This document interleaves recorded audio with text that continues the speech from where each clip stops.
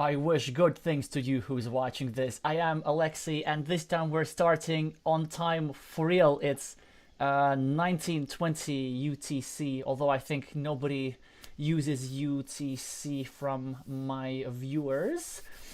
Yes, I put the Spanish flag also correctly, so things seem to be going all right. And also, today I'm not alone. I have a special guest whom I'm gonna introduce to you in just a second. You already see that the voice off screen belongs to Nico Wellemans, captain of the Belgian team and founder of the Carcassonne, Belgium. All right, Nico, can you say hello to everybody? Good evening, everybody. Thank you for having me. Yeah, nice to have you indeed. And everybody, can you please tell, can you hear Nico well enough? Shall I make him louder? Shall I make myself softer? Vice versa. We can always adjust that kind of stuff. So first of all, I think most of my viewers will have in their memory your Monday's decider game against Spain. No, not against Spain. Sorry. Today's against Spain. Okay, things were going just about right. So first of all I was confusing colors. Now I'm confusing countries. No. Well, You're playing against Catalonia. Oh no, that was also the worst country to confuse. No. yes. Because there's also that. But that's by accident. No, I didn't express a political opinion. It was only because Spain is playing today, not because I take certain political stances. Obviously there was a very entertaining game where you left with 3 seconds on the clock and eventually won by 4 points by completing a city that you built throughout that game. What are your feelings after Monday? Can you tell us about more? And then we're gonna after that move to today's match. I was very happy, of course. Also with the performances of the rest of the team. We've done really well. Yeah, good to know that. So, still, when I think about it, there's still a smile on my face. So. And glad that we caught you, caught that on screen as well. All right, so Arab is already fielding bets for the number of correctly called meeple colors. Yes, I will do my best. Not guaranteed. I assume, Nico, maybe you will correct me. Before we move to today's match, actually, that's a good question. Craft Giraffe is asking, do you already know your streaming schedule for the 5th of June? So if we look at... wait, let me just make... If we go to the schedule thing, as you see, most of the matches are played on the 5th of June, so it's going to be a big day for Carcassonne, but that's going to be a day without me, because on the 5th of June, I will be playing the UK National Championship in person. So there will be a range of other streams that you can watch. At least now Lucas Gregorio has signed up to stream Netherlands versus Argentina, so I recommend that you learn Spanish as quickly as possible before Sunday, and I assume other streamers will show up. So yes, so this is our only match for the week, so definitely thank you for Spain and UK for organizing this early. Oh yeah, I should have removed that stuff. Let me just show you all the schedule, group standings. So this is the schedule. As you can see, everything's on the 5th of June, except today's match. So, but now, Nico, before we start, let's look at the standings of Group B. So Spain and United Kingdom are in Group B, the group that has 7 teams, and the group that let me just, oops, no, that was wrong, just a second. There we go.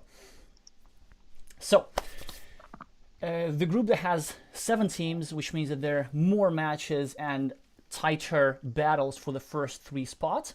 As we see now, United Kingdom has 2 victories out of 3. So United Kingdom already won against RCP and against China, and lost a battle against Latvia, so played 3 strong teams. Whereas Spain already has played 4 matches and had 2 victories. And what this means, I try to really wrap my head around this before going on. So maybe Nico, you'll have some insights, but I think today it's not going to be decided yet. So regardless of the outcome of today's match, both teams will still have chances to either qualify or not qualify, because the United Kingdom will have 2 rounds to spare, and Spain will have 1 round to spare after this. Actually, no, this means that probably in order to qualify, Spain has to win. Is that correct, Nico? So what do you make sense of this group? I think, yes, Spain needs a win to get a chance at advancing. And I think today also both teams will be trying to redeem themselves, because UK lost their last match and Spain lost their last 2 matches. So it's going to be very interesting. Yes, indeed. So probably both teams will be extra motivated. Alrighty, and let's go through the lineups and pick a duel. As you can see, the lineups are on the right. So for Spain, we have Alfonso Arroyo, so with the screen name Alfa Mar.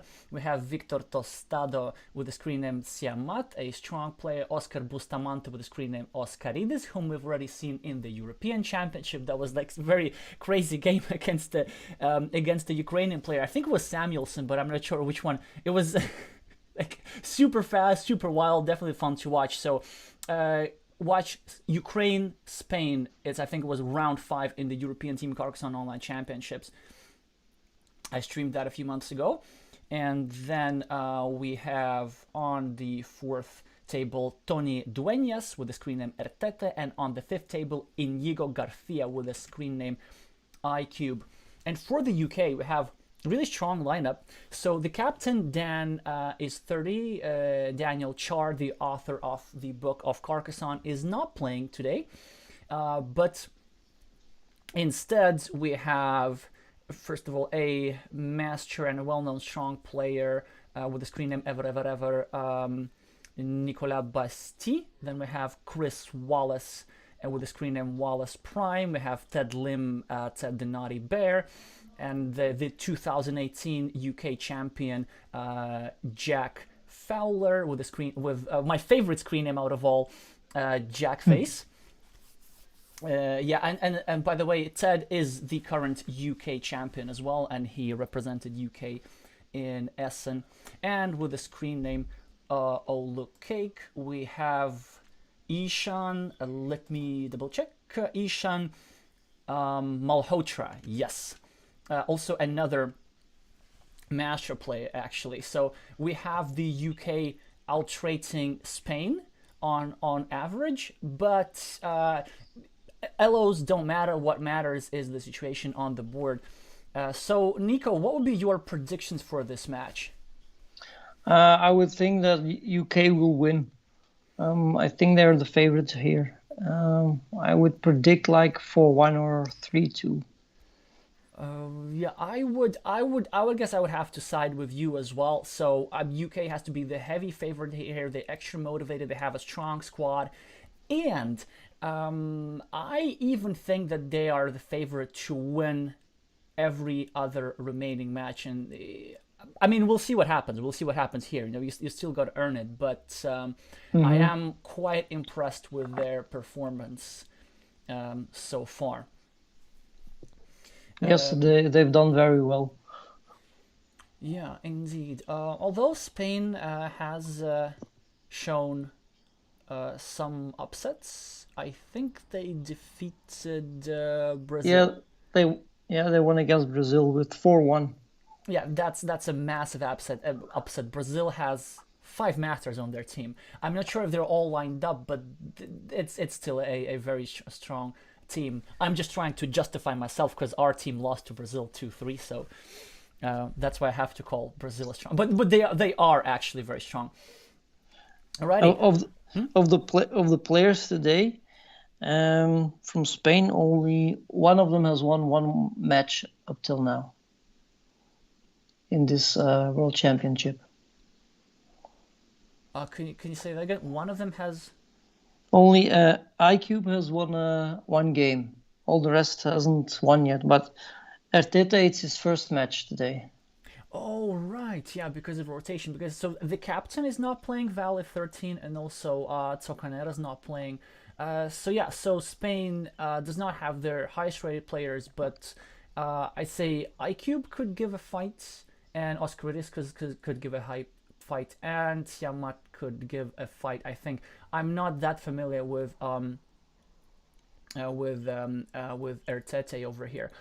So Nico, which duel do you prefer to watch? I guess they started a minute ago or are about to start. Maybe we can watch Wallace Prime against Ziamat. Sure. I think Yeah. Ziamat is the highest rated player at the moment for Spain. Right, so we're going to watch Tostado versus Wallace. And let me just go back to the game.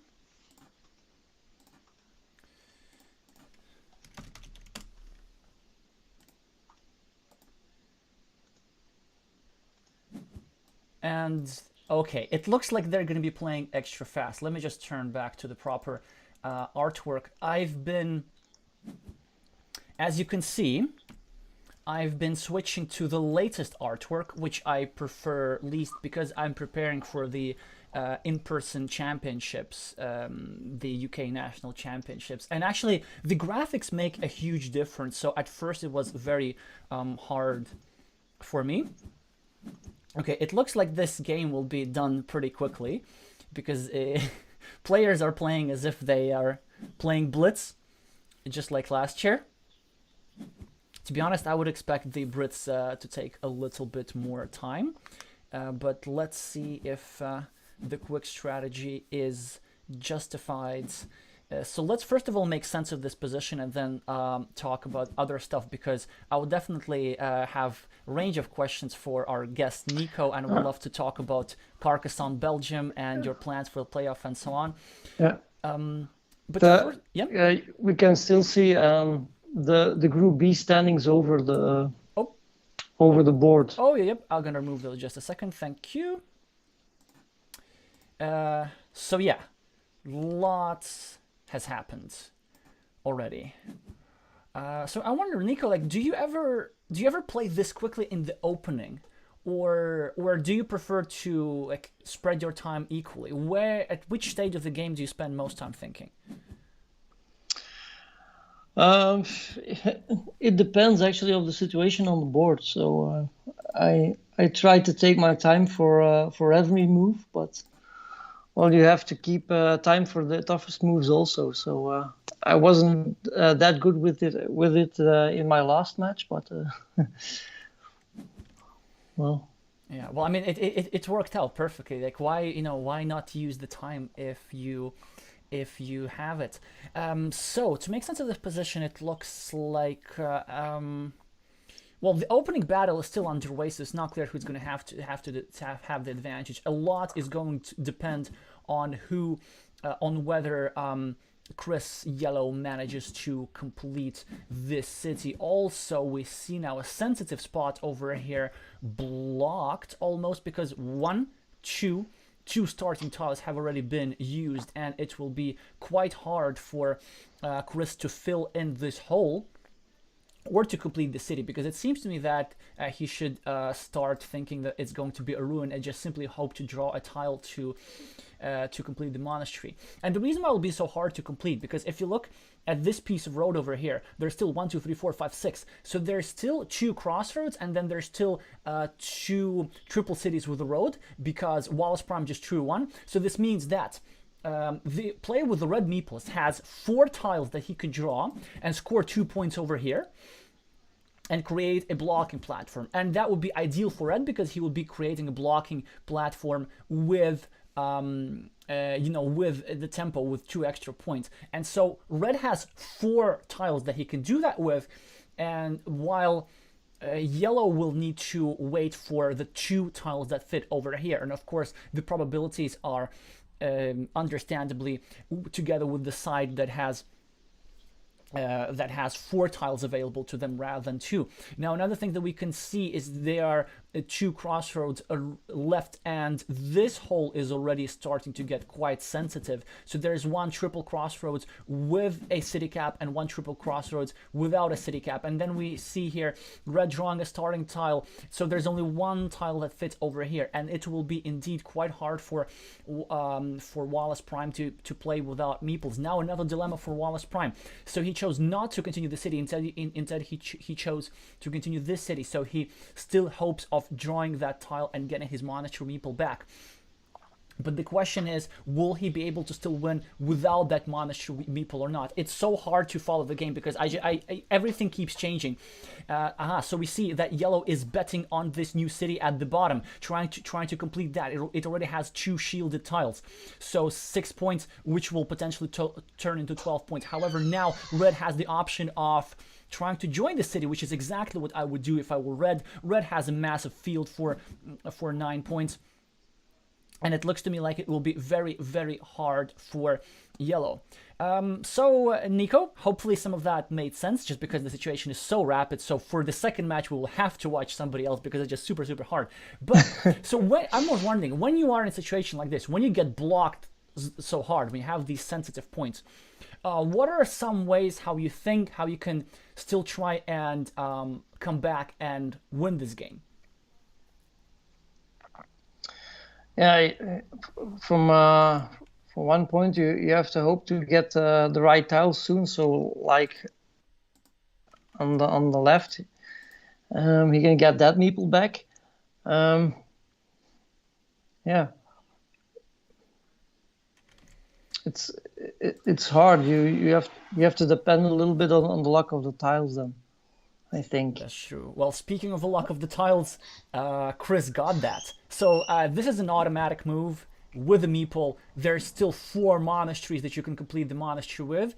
And if I were yellow, I'd probably do that, actually. Mm-hmm. I think it's a good idea because I don't want... If I were red... Okay, this is my first mistake, actually. We're halfway through. No. Okay. I mean, it's not a bad move because it creates a sensitive point and exacerbates further this situation. However, I think when you're in the lead, it's pretty important to use monasteries as monasteries because there's still 3 monasteries left. And if yellow draws the monastery, it will be tragic for red basically because this will enable yellow to win without getting his meeples back, I think. I mean, of course, everything can happen, but my point is this. So you see you have a 9-point field for red. Well, assume that, let's say, red doesn't complete this, although, of course, he will. And this monastery is 8 points, and if you get the meeple back, it's already 9 points without the permanent investment of a meeple. So this monastery is the same as fighting for this field and equalizing it without fighting for this field and equalize it. Now, Chris has an interesting idea. Does he protect this square or does he attack this square? I would 100% of the time block my opponent rather than try to get one of those tiles myself. This meeple is 3 points. This meeple is 3 points. They're going to be a nice mini battle. And yeah, instead Chris went for this. A move that I'm maybe not so huge fan of because 1, 2, 3, 4, 5, 6, 7. Actually, that's nice.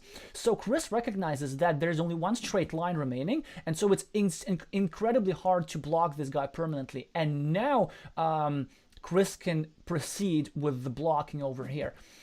Yes, excellent timing, excellent sequencing by yellow. So I was too quick to judge. Well, actually, don't judge me for quick judgment because they're playing so quick. I have to judge quick as well. Yeah. So looks like it's going to be probably our record short stream, unless there's some tighter battles. Maybe I would definitely like to watch a little bit from table 5, and yeah, now we're probably going to see. Actually, good question. So, what would you do in this situation, Nico? Would you close your city and drop a meeple of the field? Close your city without dropping a meeple on the field, or somehow restrict the monastery?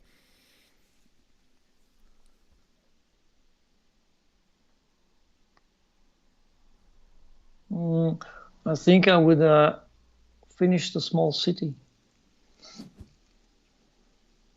if I were red. Yeah, interesting move. So you see, I thought that red could do that actually, but the thing is, like, red has to place a me. Does he actually?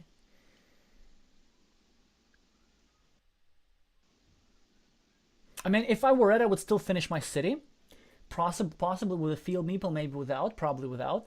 But I think the point here is to kill the monastery spot. Yes, I see. Now, I mean, you probably have to, but then again, it's giving your opponent 3 easy points. Okay, so now actually, Chris got back his stuff. Oh, check this out! This is a very interesting move. I quite like that, because you know what it did? It closed the field. So now, as soon as Chris finishes his monastery, or red might do that for him, red will be scoring for these 1, 2, 3 cities twice. And actually, it's not advantageous for red to do this. I mean, it's not advantageous for yellow to close the monastery, because you get the meeple back, but you just lose so many points. You get 4 points for the city, 1 point for the monastery, so that's 5, but you lose 6 points, so 3 points for this field, 3 points for this field, and 3 points for this city that gets added to the field on the left. This is fantastic. So all red is doing is just, he keeps closing down his field, which already has 1, 2, 3, 4. It has 12 points, and it will have 18 points. I don't know, Nico, did you see that coming? No. What is playing very smart. Yeah, and I wonder how we could come up with this very quickly. So this is a great example of sort of spatial thinking, right? You look not at just the number of points, but how the field is going to develop. And there's literally 0 connection spots. And I think if I were red, to continue with the strategy and just to show the beauty of it, I would never complete this city. Like, literally never. I wouldn't put any tile here, just so that I don't create a connection spot. I would take a city cap. I would finish yellow's monasteries just to get all those juicy points. I would enjoy 1, 2, 3, 5, 6, 18 point field with 1 meeple. To score 18 points with 1 meeple, it's extremely rare. Although, of course, we all had games like this. And the only way how I can see yellow connecting is through the bottom. So there's still 2 of these dividers left. Yellow could create a connection spot over here or over here, like right down on the left, and then maybe think somehow to hope to draw one of these tiles and get a meeple in. However, another question is, given that yellow's a bit ahead on the scoreboard, this meeple is trapped over here. Yellow has these 2 monasteries which are worth almost as much as the field, because they're worth 15 points, right? They're going to be worth probably more. So if you're yellow, maybe you can start thinking about winning the game without the field.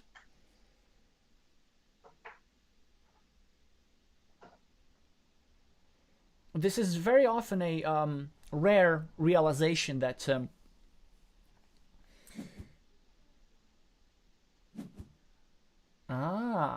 So Chris does kind of both things. He fights for this city, which I'm not quite sure about because he already has one ruin. I would probably continue this one. And also he creates this connection opportunity. But I wonder if this approach might not...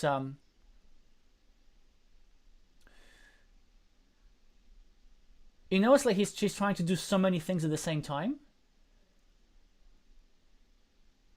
I'm not sure if that's quite gonna work out. So, because the thing is, if Chris manages to create a connection spot, then there automatically will be a reconnection spot for red. Which is why, if you're really having a field strategy, maybe you place this triple city over here with the straight line facing that way to try and block any kind of opportunities for creating a field connection, given that all these tiles, the city caps with the crossroads, are already out. Or maybe you just take 2 points and try to completely trap this meeple, which is what red did. Yep, wrong kind of curve for Wallace Prime. Again, another question. Do you place it over here and try to protect this spot? Oh, actually it doesn't matter. It's already dead. 1, 2, 3, 4. All starting tiles are out. So, I mean, these 2 points apparently were just for the sake of 2 points. Which is why 1, 2, 3, 4, 5, 6, 7. There's only one tile that fits here, by the way.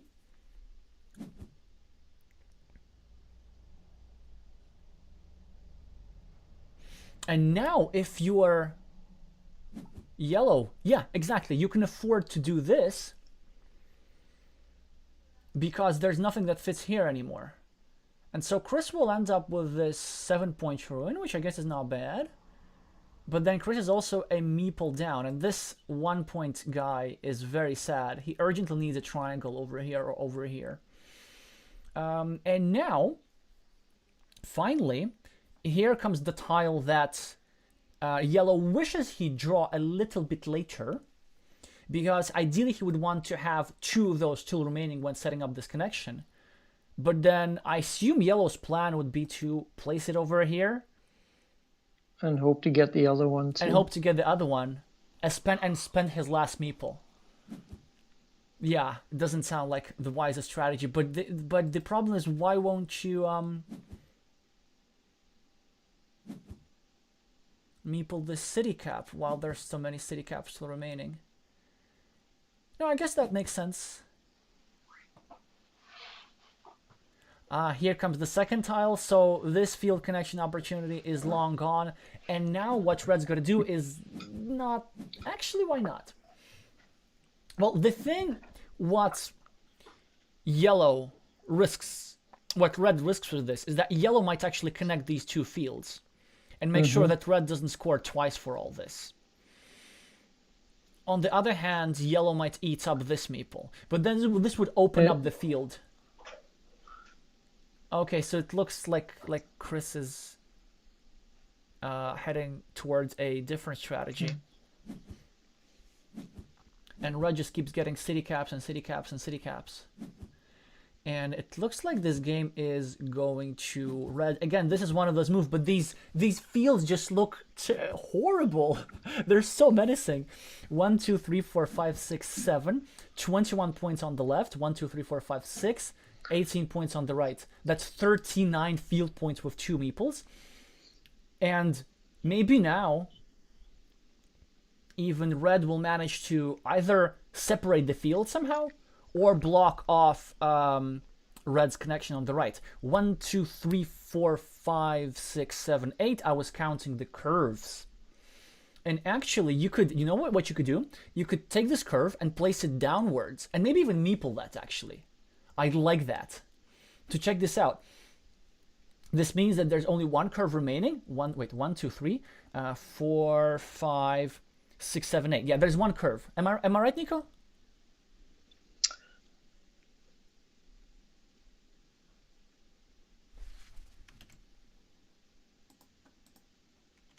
Yeah, I think there's only 1 remaining. Yeah.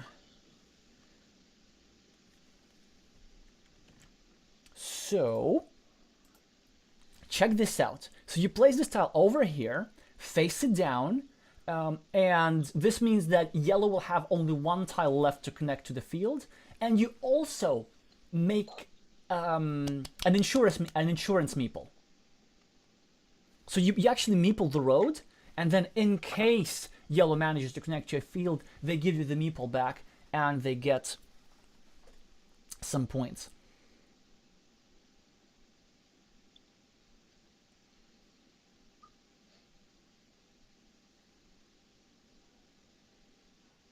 Or any other suggestions? What are you thinking with this curve? Right, we need suggestions how to play the curve.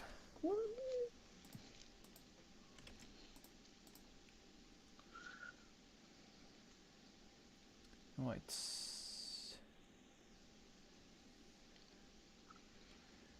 Okay, so Johan from Belgium is saying that 2 remaining. Does that refer to the curves or to something else?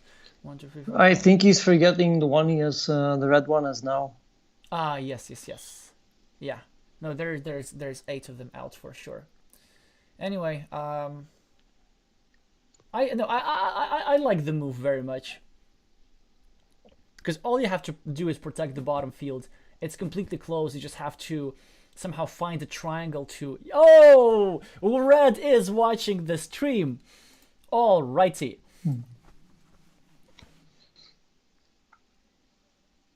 And I actually don't even know what to recommend. I guess...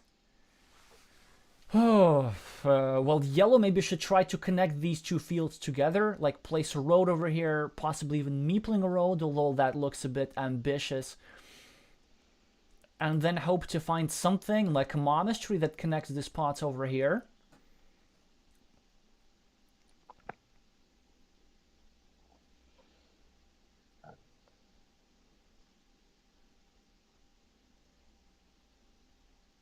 Yeah, there's still 3 monasteries left. Exactly, and one of them has a road, so these are 5 points waiting to happen. Is that what yellow is thinking? Like placing a meeple over there and hoping for a monastery? I mean, it's something that you might think for the end of the game. I think now is just so blockable that the probability of that is almost non-existent. Actually, so here's what you could hope for. So you place this over here. You drop a meeple. Your opponent draws a monastery. And there is, so 11 tiles. So there's a 1 in 6 chances of that happening. 1 in 6. Okay. Then, oh yeah, so instead he chooses to take a road. Exactly. And then after that, you draw a monastery with a road. You score 5 points. You connect to the field. Do you get the idea, right? So then this would be not 1 in 6, then times 1 in 11. So this would be 1 in 66 chance, but in this desperate situation, maybe 1 in 66 is all you have to do to win.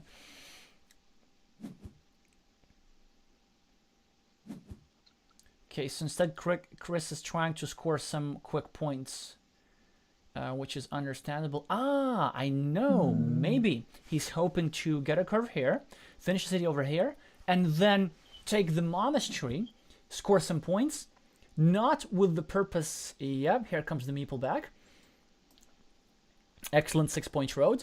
Not with the purpose of connecting to the field himself, but just simply making these 2 fields join together. Because the 12 points, they're so important, and it seems to me that Red could actually place the city cap and block himself. Instead, he finishes the city, which is legit. Okay, now comes the monastery. I assume it goes over here for... yeah, check this out. It goes over here. You take 5 points and you create connection spots. It seems to me like a must. Other than that, the situation on the board if we ignore this field, the situation on the board is favorable for yellow. Like yellow has got a city that's about to complete, has got a 4-point ruin mini battle advantage. Yes, here come the 5 points. And now we're going to see either monastery over here or some field meeples, but maybe... and the Spanish player doesn't get a tile with which he could block. Or maybe he can reconnect over here, somehow block a connection. Because you see, there's a connection spot on the right through a city, on top. There's a connection spot over here and the connection spot at the bottom.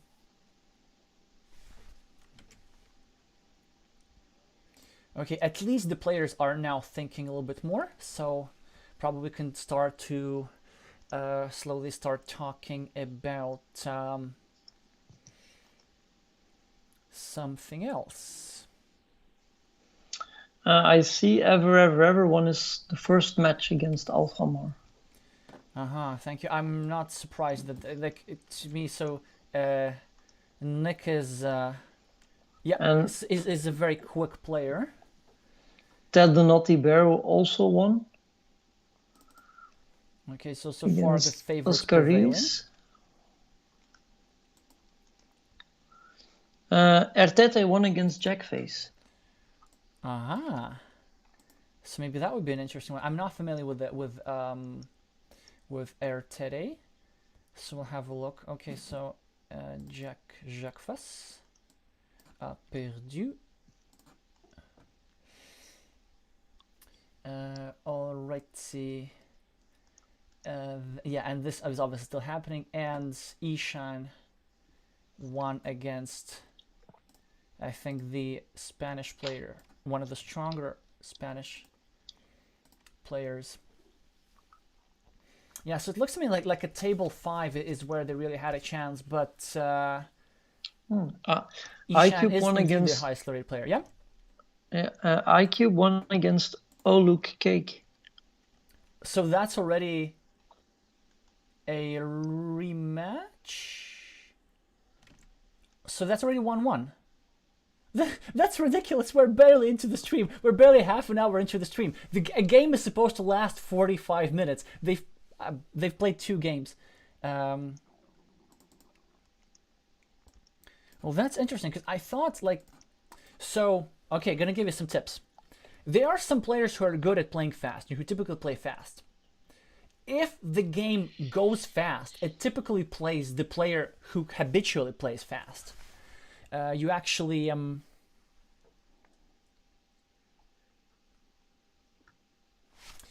normally don't want to play in the style of the player you're playing with. Well, Chris is now taking his sweet time, and I would have heard him, so he has to do many things. Now he finishes a city, and I think he's thinking whether to drop a field meeple. And he figures he has to.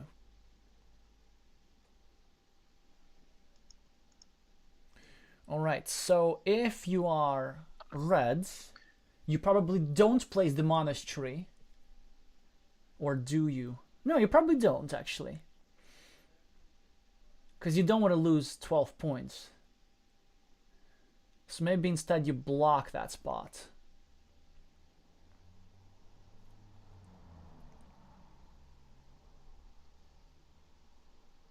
Or you just takes 5 points somewhere. And then I'm also wondering, is there a connection through the outside curve? Like, for example, if Chris is to draw... there are no straight roads remaining. So then never mind, there is no connection over here. There used to be a straight road. So in fact, there are now 0 connections to this field. So it's not something that... Red needs to worry about. Well, Red needs to use her remaining 9 minutes to count out the tiles.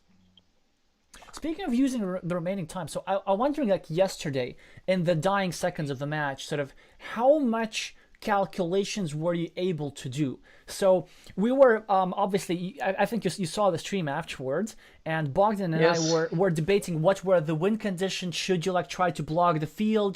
Should you join a field with the third meeple? Should you complete the city? And then you decided to go to complete the city, forget about the field, and that eventually worked out. I was wondering, at the moment when you're thinking this, did you realize that the field would be that the completed city would be sufficient for the victory? No, honestly, I didn't know. I thought it was the best chance at getting in the most points.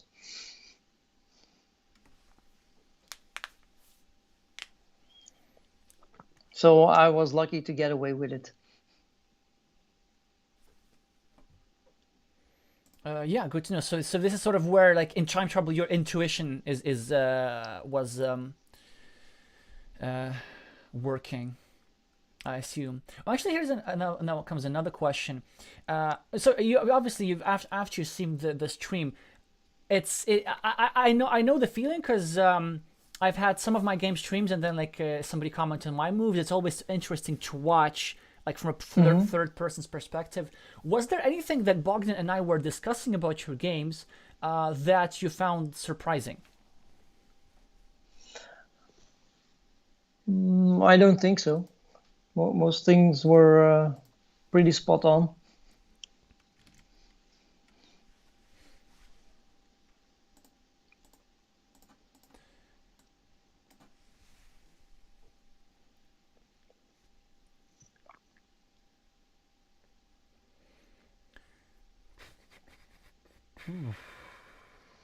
And it's very interesting to see your observations of the games afterwards.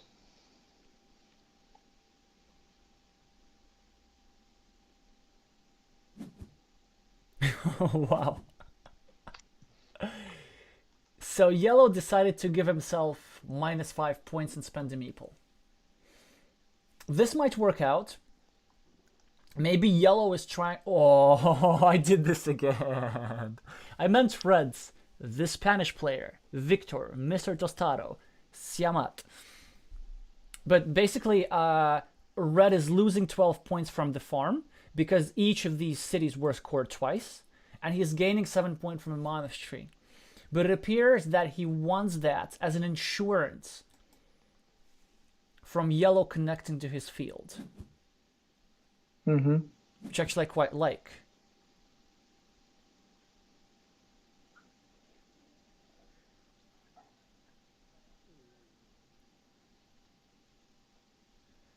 But was there a... Oh, wait. No, there was a curve remaining. The final tile is a curve.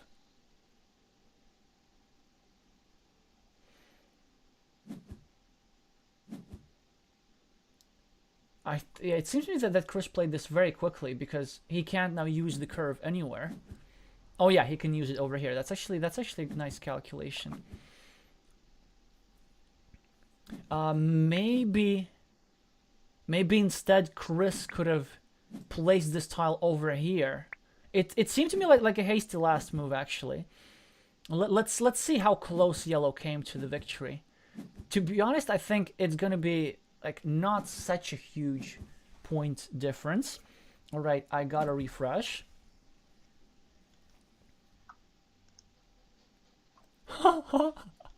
What?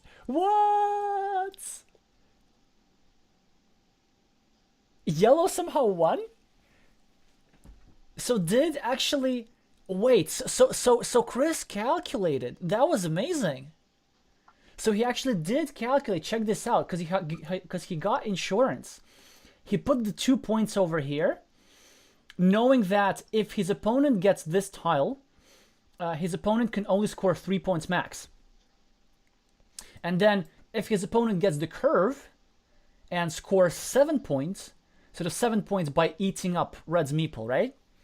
Then Chris instantly gets compensation over here by taking 6 points. So actually, it seems that they were flipping at the end. Yeah, I also thought that Red has got it. What a fascinating game. But I wonder if there was another way to win. So say he got 2.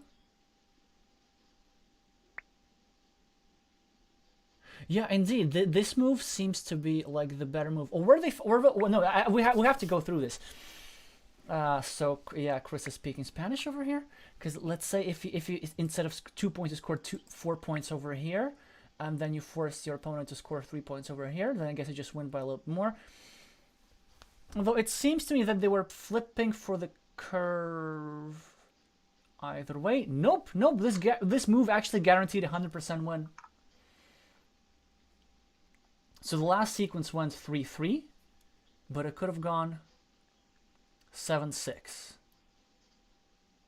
No, 7-7. Well, that's just fantastic.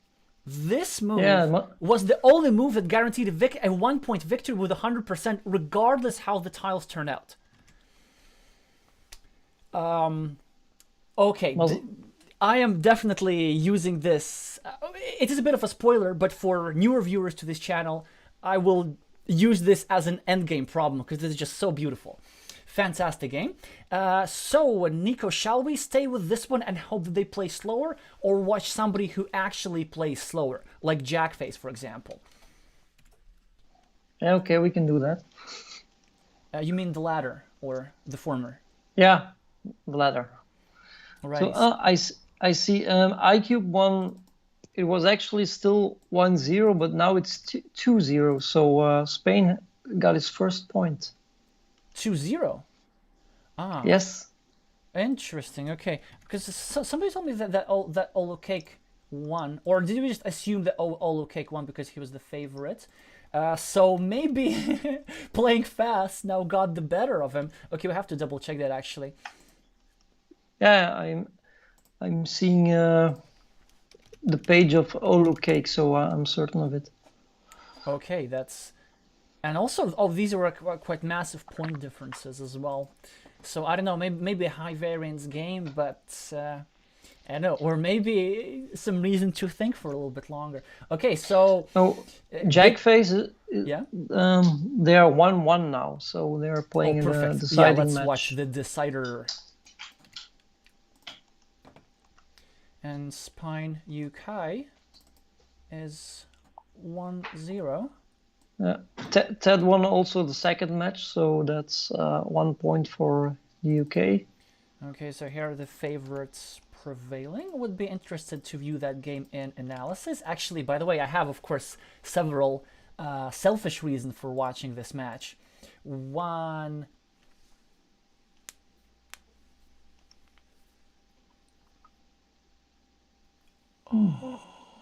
Oh, that is fantastic. Check this out. So, Raf is suggesting that Red could have won.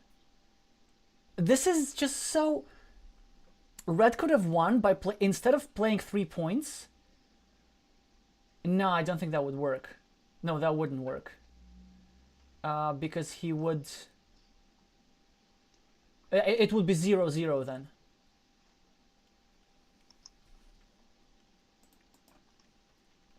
And placing a meeple. Yes, actually. No, it would be tied then. It would be tied.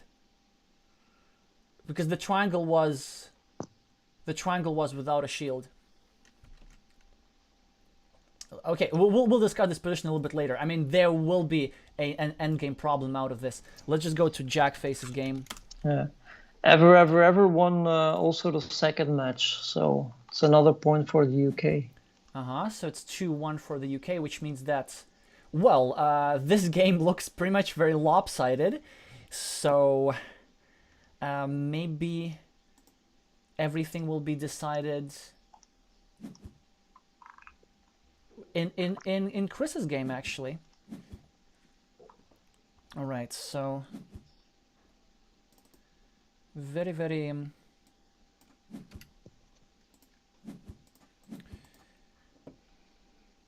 predictable that Nick plays fast. A bit surprised about Ted though, he tends to take his time.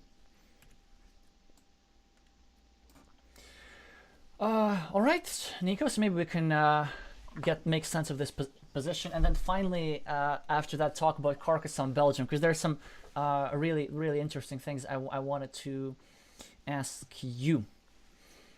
Okay. So, well, red is ahead by 36 to 7 on the scoreboard. That's something. Now adding one more point.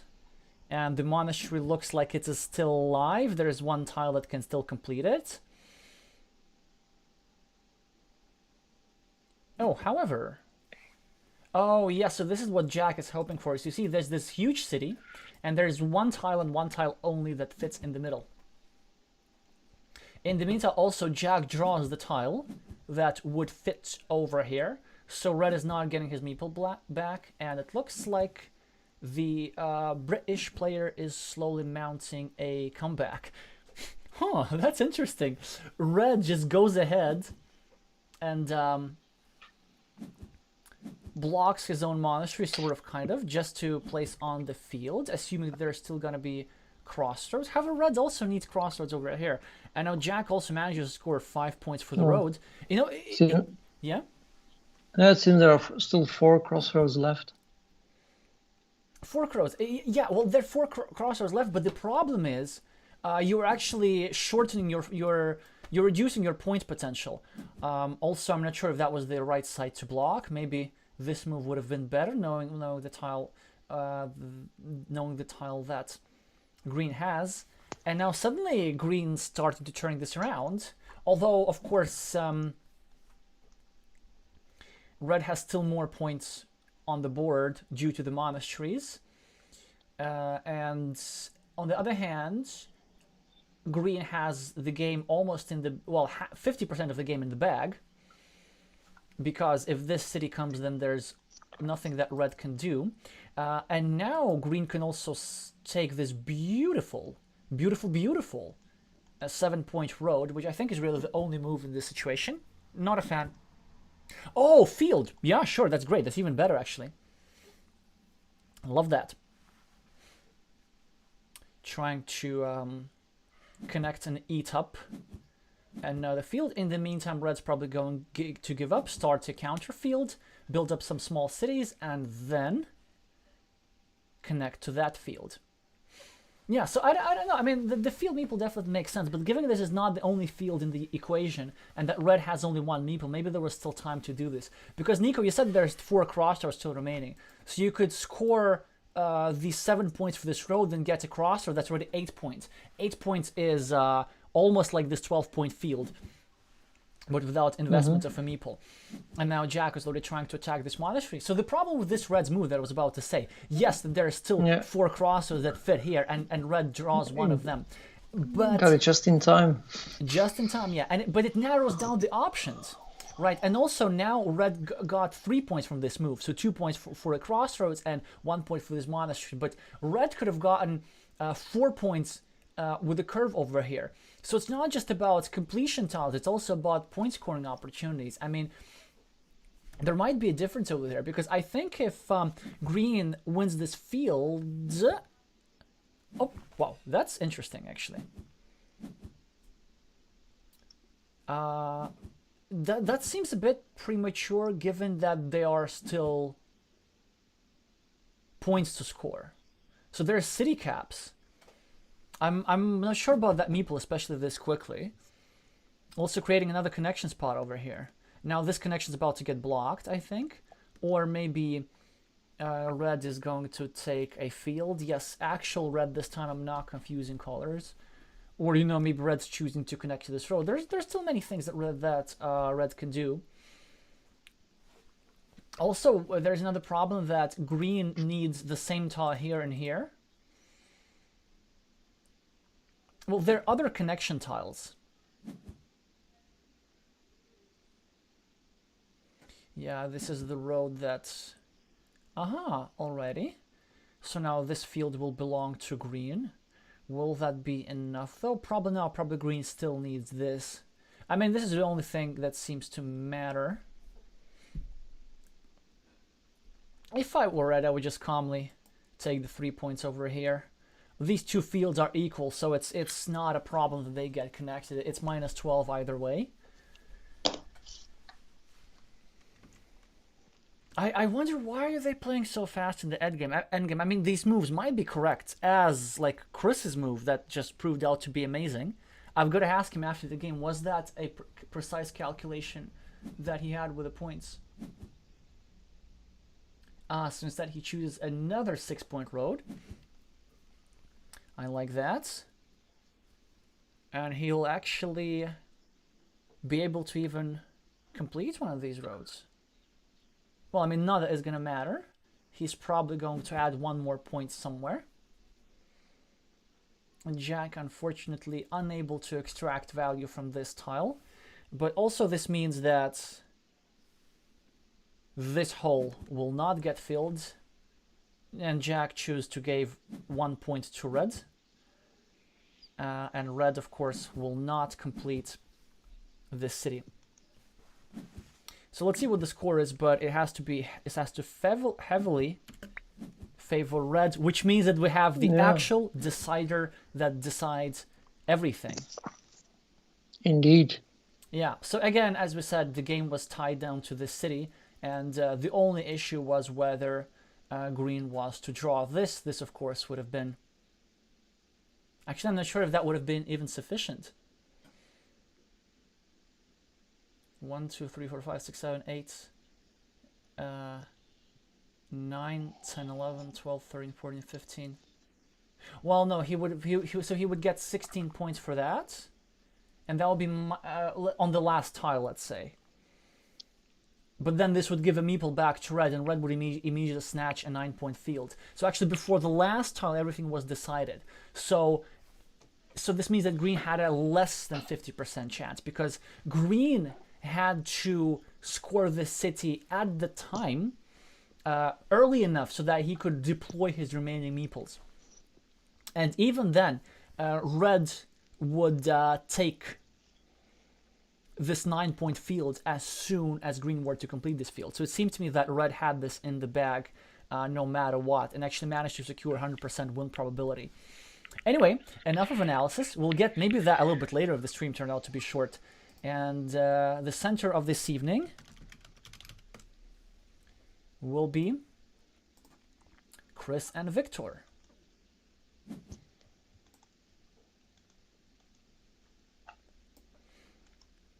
Okay, and this game seems to be very much headed the Spanish players' way. Again, they just started, right? I thought they'd take a bit more time. However, Chris now managing to complete his monastery. Also controlling a field on top. However, there is a field at the bottom that red controls. I guess green. I was about to say green. Of course, we have a new color. He's going to place the straight line over here, making sure that red cannot complete the city and drop and field meeple. Actually, this is an automatic move. Like, you have to do it. Otherwise, it's a move of strategic importance. So it's the case where it matters more than taking 3 points over here. I know, coming from me, I love quick points. I think it's extremely risky. Like, you have to. Well, let's see if red gets a city cap. Okay, so yellow gets one more pass. So now, again, you have to place over here, probably meeple the monastery as well. It's because the reason for that, it's completely unacceptable for red to continue a city and equalize this field. Like, in this situation, it's completely unacceptable. But actually, now that I look at the situation, it looks fairly balanced, because only now yellow is ahead on the scoreboard, but this city is worth potentially a lot of points. So if yellow manages to complete this, he'll get 4 points for the road, and then his meeple back in the flower city. So Chris chose not to meeple the monastery, which I guess is fine. But the most important part is to prevent the field meeple from dropping. Is really the #1 priority in situations like this. Okay, well now Chris didn't meeple this monastery, so he could meeple this monastery. Actually, maybe he could have meepled both. Yeah. All right. So actually, Nico, let me know how do you feel about meepling monasteries when short on meeples but behind? Like, what's your first instincts in this situation? Well, it could be interesting to meeple it because he only needs one tile to complete the other one. Yep. However, this point looks now sensitive.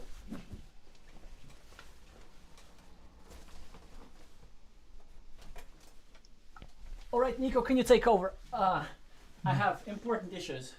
Yeah.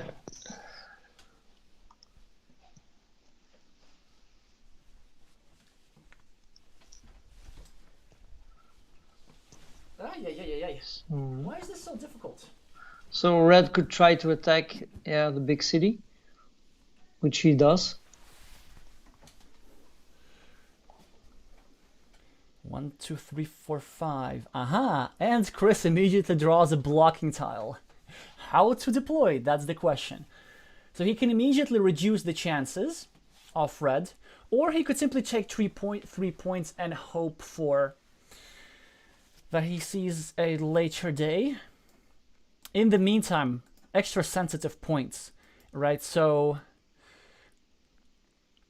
this could get blocked, this could not get blocked, this could get blocked, this could not get blocked. We shall see. In the meantime, let's check the chat real quick. Let's see if we have any special questions for our guest or for me.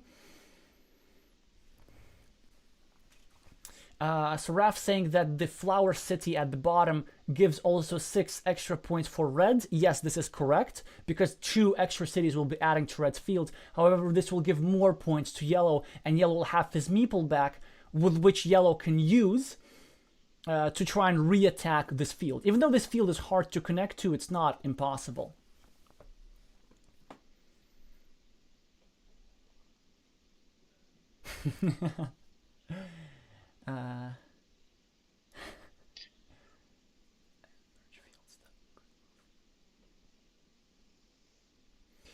Edgar Townsend is asking, do you think putting Monastery with Meeple and merging the fields was a good move in the last match? It's hard to say. I don't think so. Because it allowed, well, it can't be a good move because it allowed yellow to have 100% win probability. Like, generally a move that is -5 and spends a meeple, I mean, maybe just place this monastery literally anywhere else. Rather than having -5, you play it elsewhere, place it somewhere for 5 points, you have +5. And then, yeah, maybe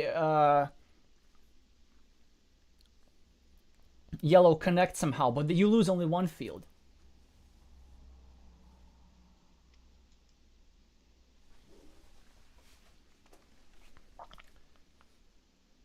All right. Oh, so many questions.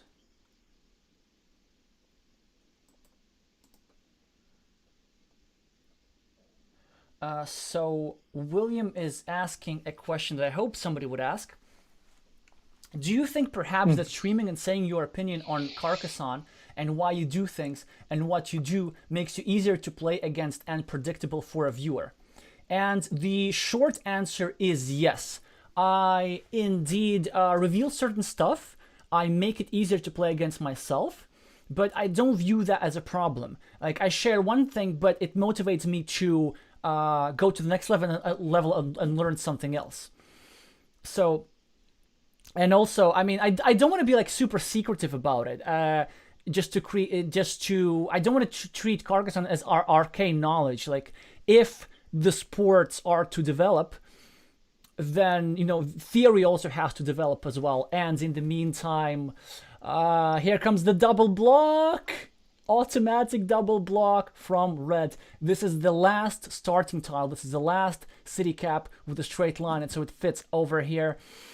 Oh yeah, now it will be very hard for yellow. However, after completing the city, maybe getting this meeple back, something can happen. If yellow also can manage to block this will be quite advantageous because there's only one tile that fits here anyway, so it's already a coin flip, and there's some blocking opportunities to further this. Gets it.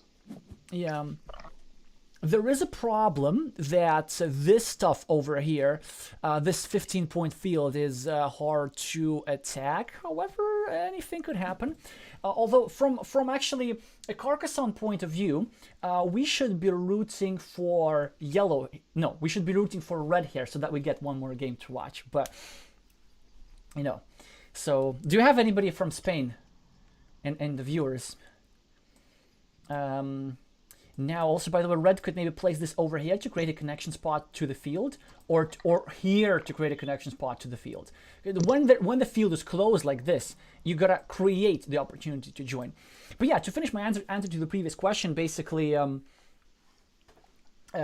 streaming is more important, and also I don't think that I have like some kind of perfect Carcassonne knowledge that it would be, you know, worth hiding.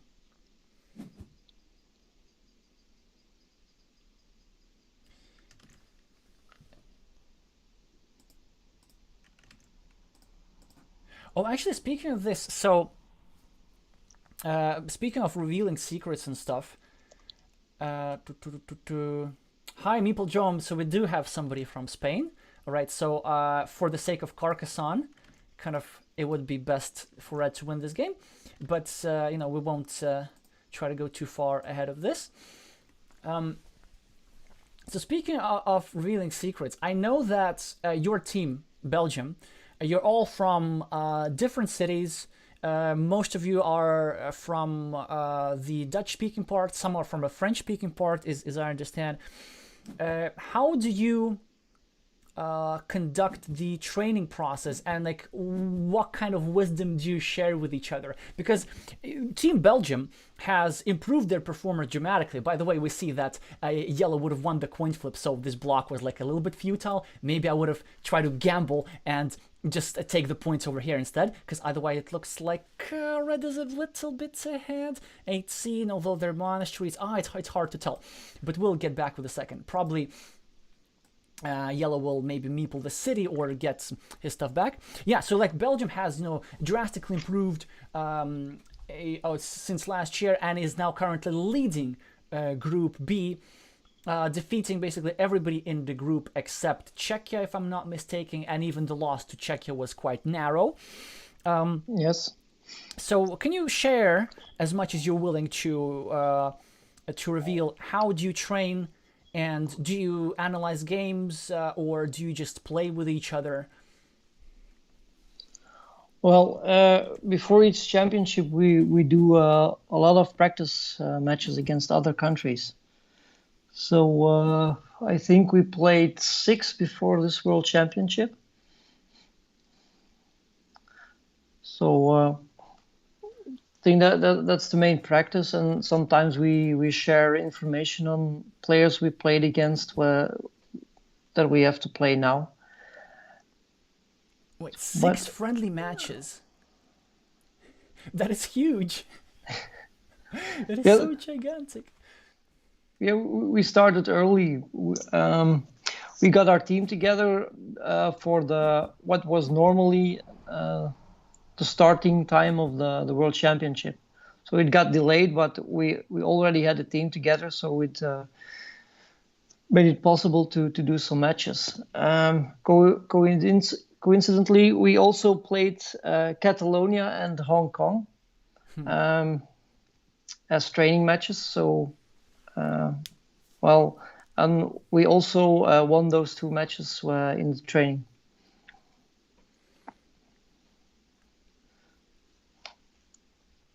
So we were very happy to repeat that now in the championship.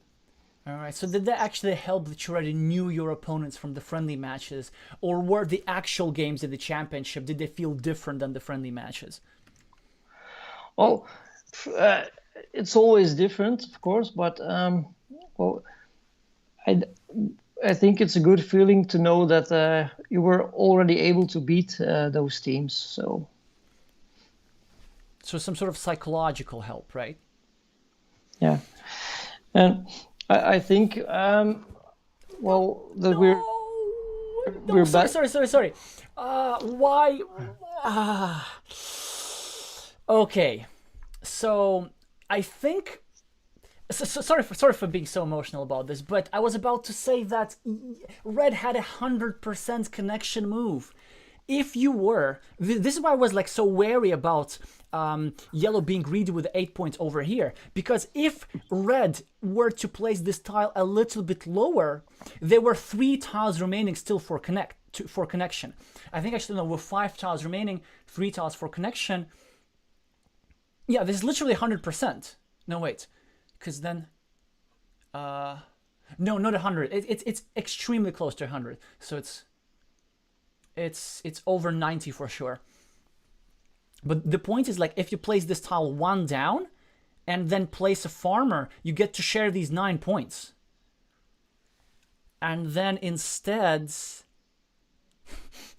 so red did what yellow would have done. It's just not quite understandable to me. Maybe yellow calculated he has enough points, but if it's 100%, why not take the 100%? Also, let me just calculate the points real quick, and then we'll get back to training and all kinds of stuff. So, 53 equal on the scoreboard. Monastery equals monastery. 7 over 3 mini battle advantage. I mean, it's not a direct mini battle, but you could just count. So,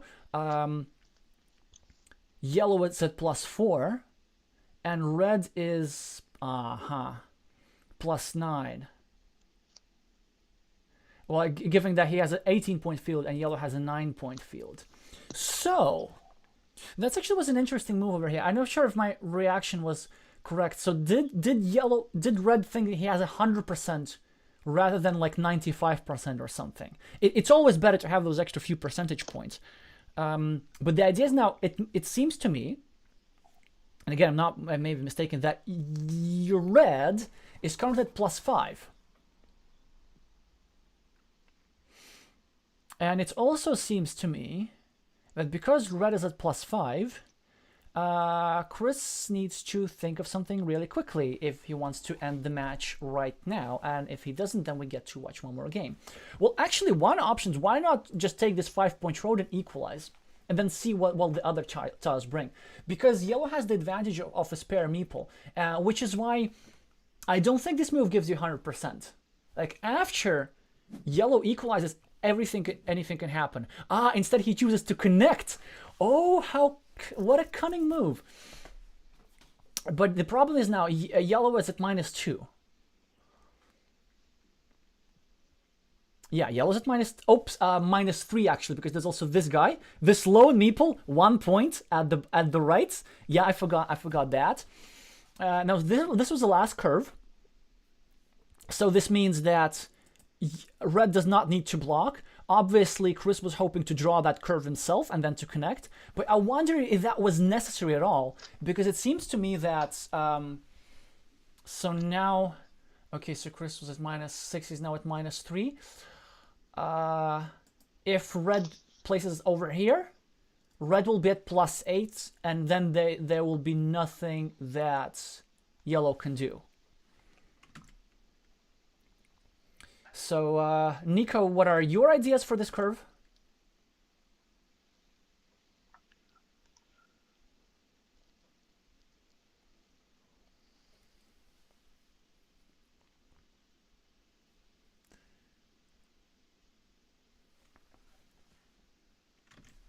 Well, you could take 5 points at the bottom. Yeah, I also don't see anything better. Maybe like there's one thing, there's a triangle remaining, like 1, 2, 3, 4. So there is a triangle remaining that fits over here, and then maybe red can consider a defensive placement, like so if you place on this 3-point field, just so that red doesn't draw the triangle and doesn't place on this 6-point field. However, it doesn't seem really necessary, so 5, that should be enough. Okay, let's do a quick recount again. So everything equal. +1, then the roads are +2, +3, fields are +9, +12, then -3, +9. I thought it was +8. No, +8, yes, because here's the advantage of 4 points. Yes.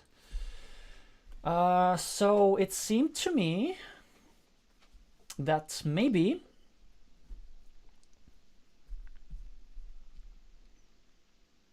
Yellow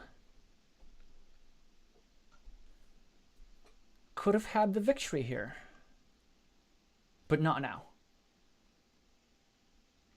Unless there's some obscure chance. 1, 2, 3, 4, 5. No, there are no curves remaining, unfortunately.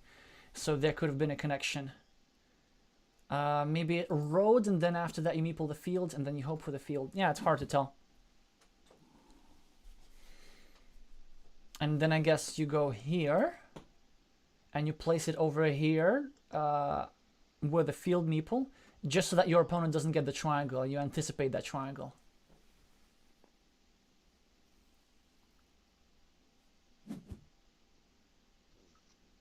Well, I told you about the triangle, so now your opponent is getting 6 points, which will still not be enough, however.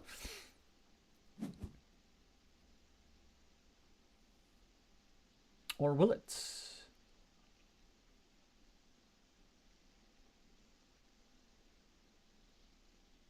This is a fantastic situation. I see only an opportunity to score 2 points, not 3. Nico, do you see 3 points anywhere?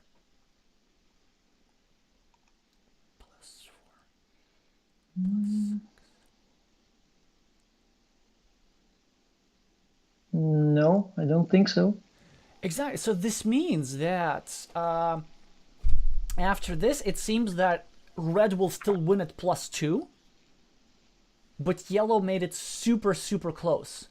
So red was playing with fire there, I think, with the last couple of moves, not spending his 12 minutes.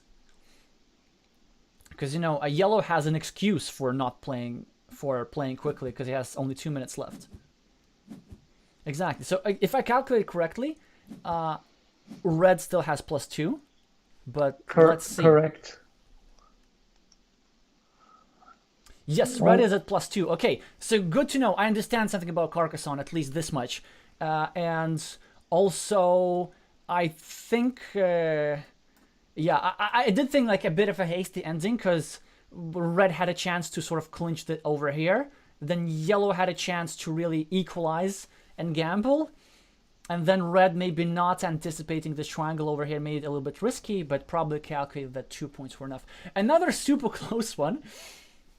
So overall, red lost by 1 point the first game and won the second game by 2 points. So red is, after 2 games, leading by 1 exactly Carcassonne point. But it doesn't matter. It's tied, and it's great because we get to watch another game.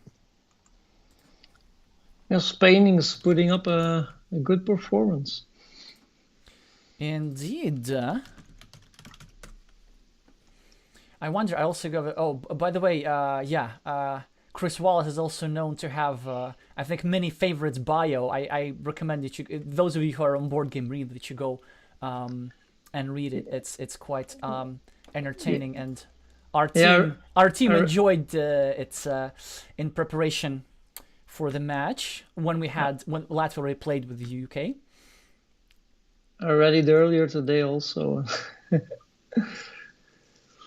Yeah, and also, well, we'll hear more about Chris's bio maybe a little bit late. Oh, why did I do that? That was completely unnecessary. All right, decider game. Unfortunately, I can't join it. We can just only wait and keep refreshing. So, I need to remind you several things while we're starting the game. First of all, I need to remind you about the prediction game for the World Championship. If you predict who's going to win the World Championship, and if you're the best at predicting this, I'm going to send this physical 20-year anniversary Carcassonne set to the address of your choosing. It can be either as yourself or for yourself, or as a gift for somebody that you like.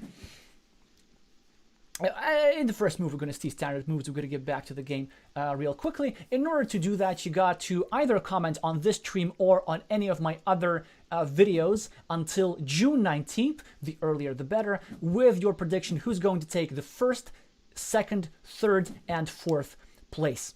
That we need your prediction for the second, third, and fourth place as tiebreakers, because I assume that possibly more than one person will get the winner of the championship correctly. Now we see an early meeple from yellow, early field meeple, which I completely agree with. It's a 6-point field with lots of open squares and one more city cap that's about to become a 9-point field. Yellow interest. Oh, no, I'm not going to do it again. Red, España. El jugador español. I guess that's how you say it. Instead of, so he's trying to maybe limit his field, but instead maybe I would prefer to start the city over here, just so that it's not in red's field, in yellow's field. I did it again. But on the other hand, I actually also like this move as well, because red might take a triangle and kind of eat up this city cap. So yeah, any triangle stuff would be good. Also, in some scenarios, this gets blocked, but it becomes a ruin that scores greater than the field. Imagine like if the field gets blocked like a triple city, which is not going to happen anymore, or by a straight line, and then the quadruple city goes over here, it grows around to like 8 points, and this field remains at 8 points. So this move possibly anticipates something like that as well. Now red has a dilemma to take this 4 points over here, or continue his own city, or start a new one. I like the 4 points. 4 points, not bad. Yeah, this also makes perfect sense, because I assume that he did not want to create another field, and he can take these points later. Interesting move over here. So Chris helping a little bit his opponent.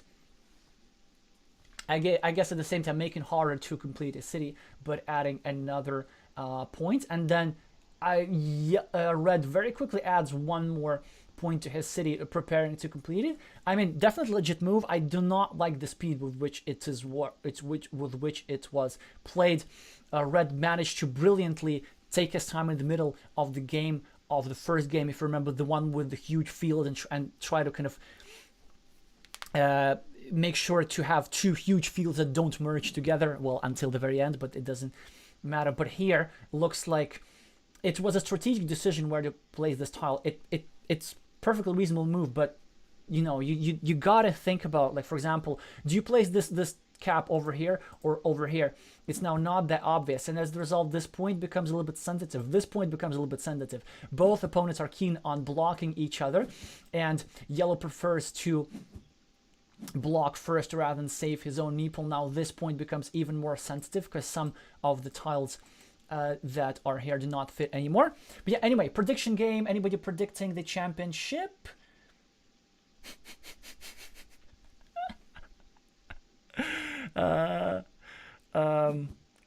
Okay, sort of very nice things in the chat.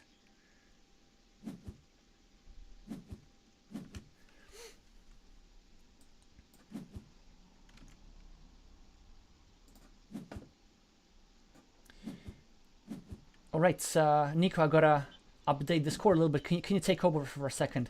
What do you make sense of this position? And would you drop the second farmer this early as yellow did? Well, it shows potential, so I don't think it's a wrong move.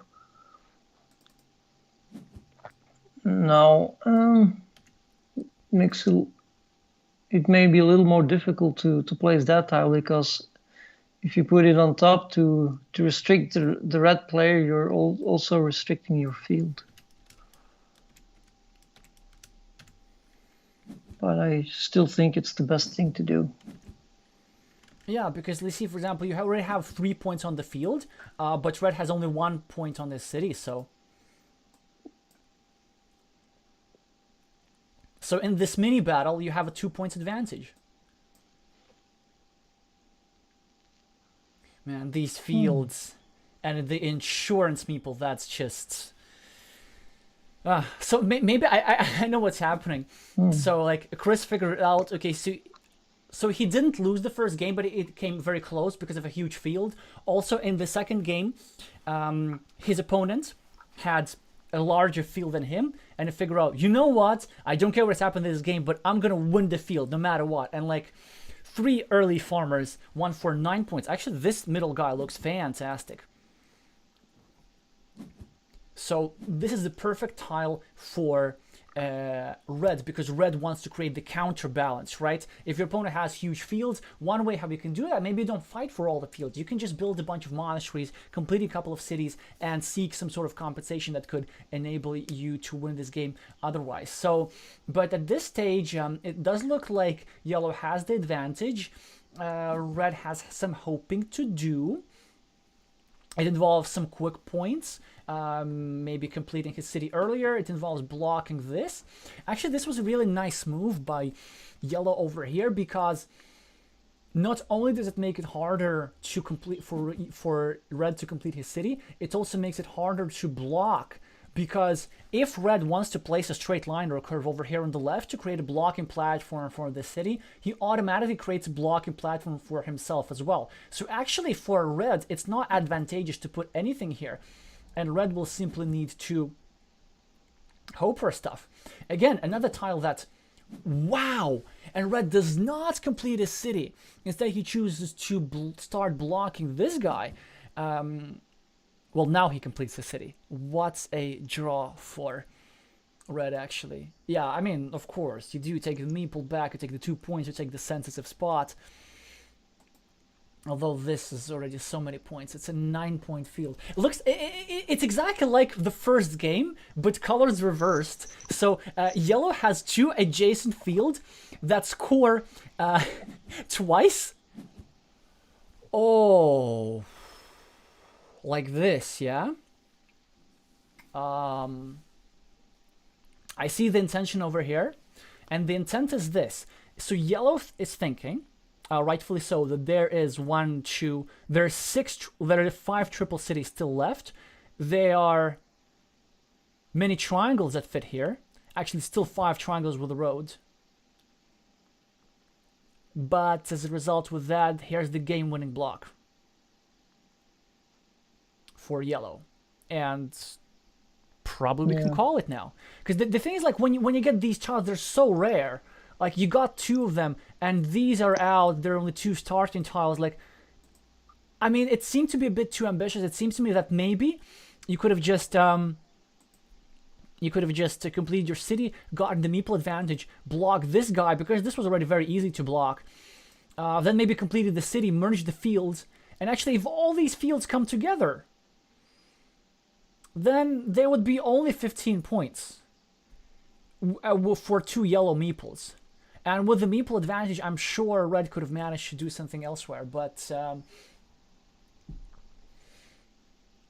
yeah, it seems to me like this is coming, and then this triple shared city is not happening. But then again, also there were still many tiles remaining to complete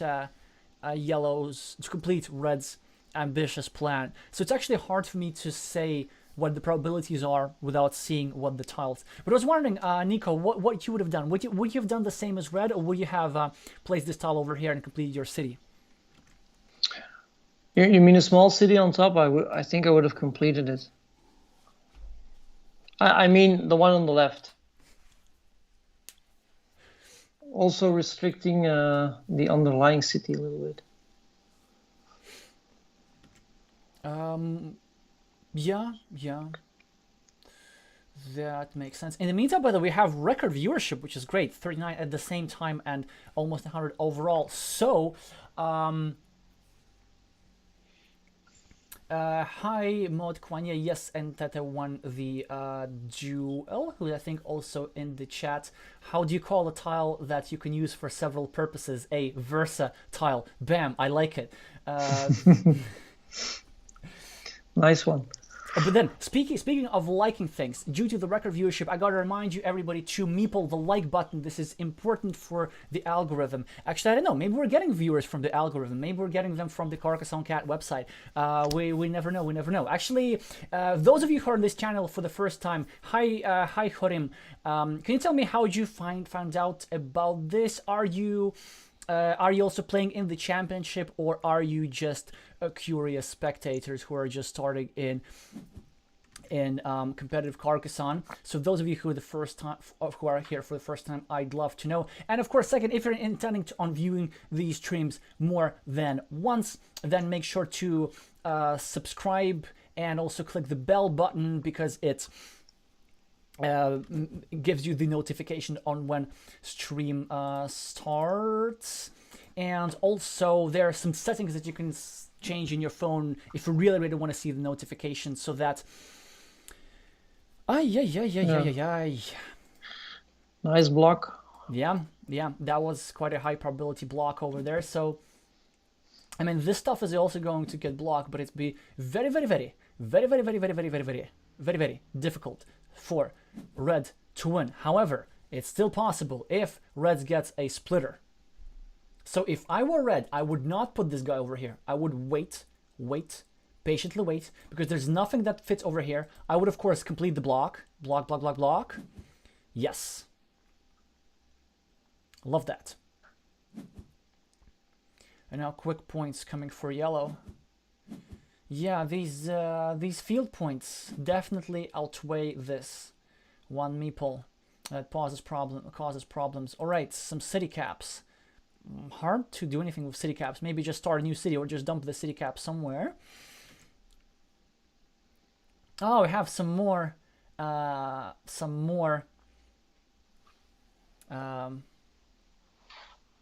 Belgian players as well. Moby Dick is here. Yes, she's our French-speaking player of the team. Oh, right. So the only one, right? Yes. We had one in the previous teams also, but he failed to qualify for the team this time. Mm-hmm. Oh, and so Gina is Nicholas, not Nicolas. Yes, Nicolas. Nicholas, got it. Revelations from the UK team supporting Chris from the bench, I should say.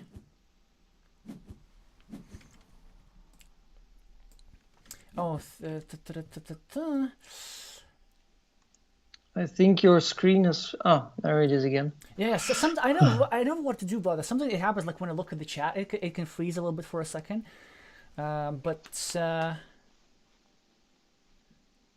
Yeah, this monastery would fit greatly over here, but it's not gonna happen because, you know, yellow needs meeples, so yellow just gonna place it right here on the left. And you know what? This game is not over, because a lot it will depend on the tiles that red draws. If red can get a divider quick enough, if red can get the city completing tile quick enough, then there's still stuff that can be done. And look at the fantastic block over here, is that yellow now did what red was supposed to do last game, separate these fields. And now this means that yellow is nearly guaranteed to score with this meeple 9 points and possibly even 12 points. It will be almost impossible to connect. The only way how I can see this happening is that if there's a curve placed over here and this field somehow ends up opening up, and then a yellow keeps drawing field points. Definitely very instructive games today. Not only point scoring, but a lot of like spatial thinking, landscape development, and stuff like this. Oh, speaking, by the way, of so you said you have one French-speaking member team, but I assume, is that like Belgians are typically known for speaking lots of languages, even if you live in the French part, or let's say if you live in the Dutch part, you still speak French and maybe some German, English, obviously. So is this actually true? I think, yeah, most Flemish people speak the 3 languages. That's true. How many again? 3, like English, French, and Flemish, Dutch. Mm-hmm. So, well, I would say the younger people. For the older people, English is a little less, of course.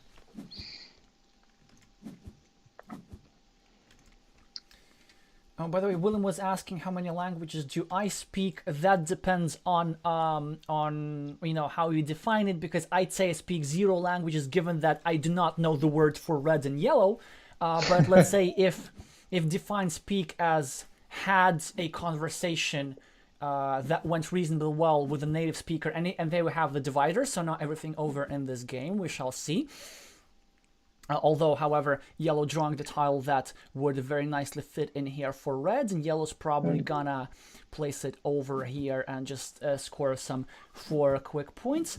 So red has the meeple advantage, but it's very hard to capitalize on that advantage because yellow's meeple have already been deployed productively. 9-point field, 6-point field. And there we have only a 3-point field that actually is not going to expand. That's just fantastic. Even this spot is blocked. Well, this is a 0-point field. So actually in this mini battle, red happens to have the advantage. But the short answer, I guess 8 languages. That would be English, Russian, Latvian, French, German, Norwegian, Esperanto, and Finnish.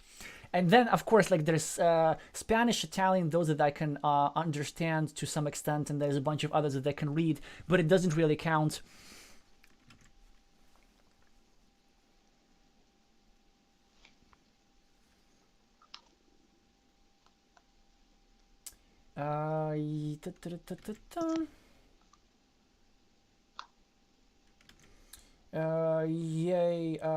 Horim saying, yep, sending a salute to the Chilean team, to Horim and other Chileans who are watching, and I assume rooting for Spain. So I'm not gonna sugarcoat it to you. It's not gonna be easy, but it's not over just yet.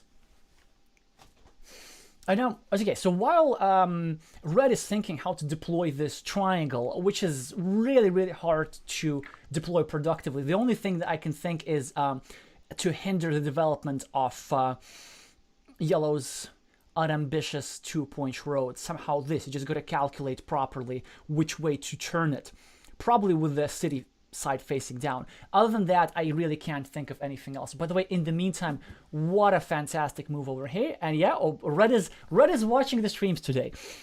You see, yellow has completely managed to block himself. They're just so beautiful. So red must now really seriously ask himself what he thinks about this move, because red with this tile helped a lot to block this field from this side. So all yellow had to do was to care about that one side. I mean, that not a bad move, actually. I mean, it's definitely playable, but something to think about, you know,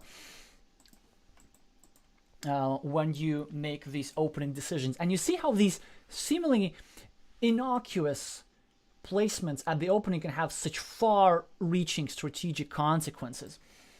All right, so I wanted to ask you, KK Spam is asking why Finnish. I lived... asuin Suomessa 3 vuotta, koska opiskelin yliopistossa.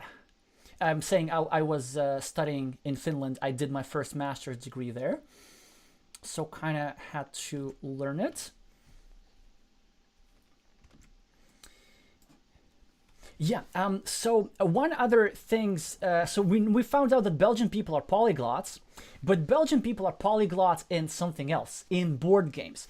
While I think your team is really the only one where almost every player is a national champion in another board games. So I know that 71 Knives is like super good at, I think it was Catan. Yeah, but then there also Obi Wonder was good at Monopoly. Is that right? No, that's Rally 8. Oh, that's Rally 8. Yeah.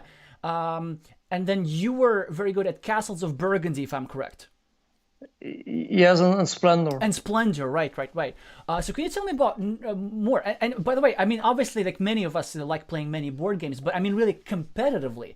So you've won championship. And if there was somebody else also who won Agricola, and it was very, very impressive. So can you tell me, first of all, I haven't played Splendor. I know it's sort of a classic, but I don't much about the rules. But does it actually help you with Carcassonne, or do generally your experience from in one board game help you with another board game? Like, are any of those skills transferable? I think it in general is good because, well, sometimes you go deeper into games, so you analyze more, and that's the same like here in Carcassonne. You you learn the tiles, you learn how to use them. Like in Splendor, you start to know the cards, and well, and also Burgundy, you know which tiles are in it, so you can plan to be ahead on the track, to be first player to get certain tiles. So Oh, yeah, right, yes, castles. It's literally in the name. and I think I'm sorry, I didn't hear you. Oh no, I wasn't saying anything. Okay. Yeah, yeah. Well, in Belgium we have a board game federation, so we have multiple tournaments, and in those tournaments you play 3 games, and you try to qualify for the final table of that game, and the one who wins that table is declared the national champion of that game. So we also have separate championships for Catan and Carcassonne, which is now also organized by the federation.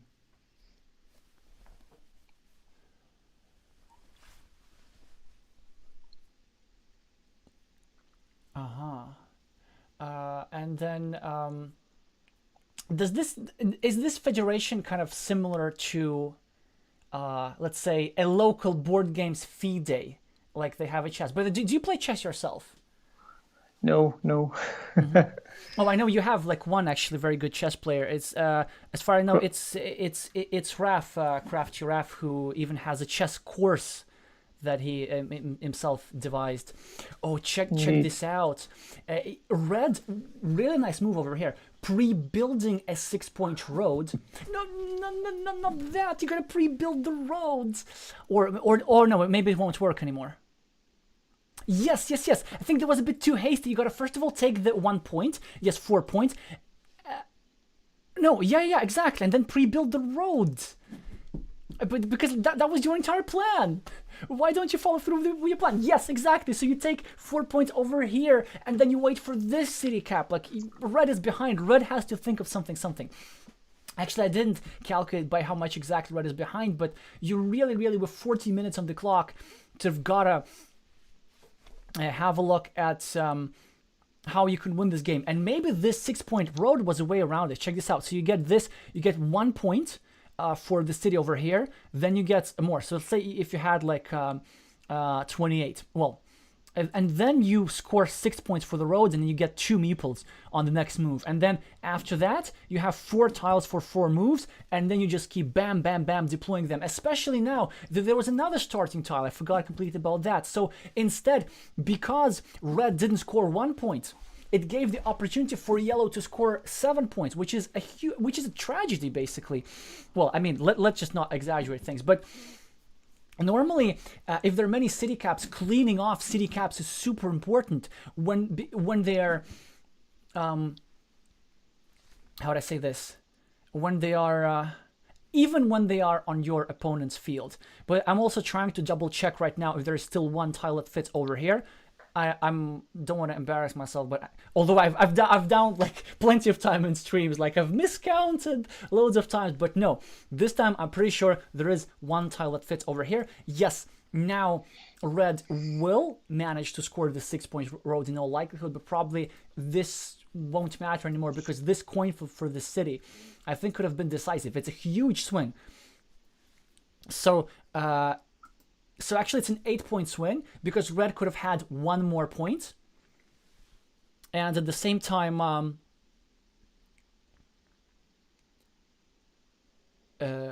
yellow could have had 7 fewer points. So let's see if the difference will be greater than 8 points. I know there are some caveats to this, but and also I shouldn't be like, you know, it's really easier to comment when you see the whole situation, when you don't have the pressure of the decisive game for your team's chances of advancing. So we shall see.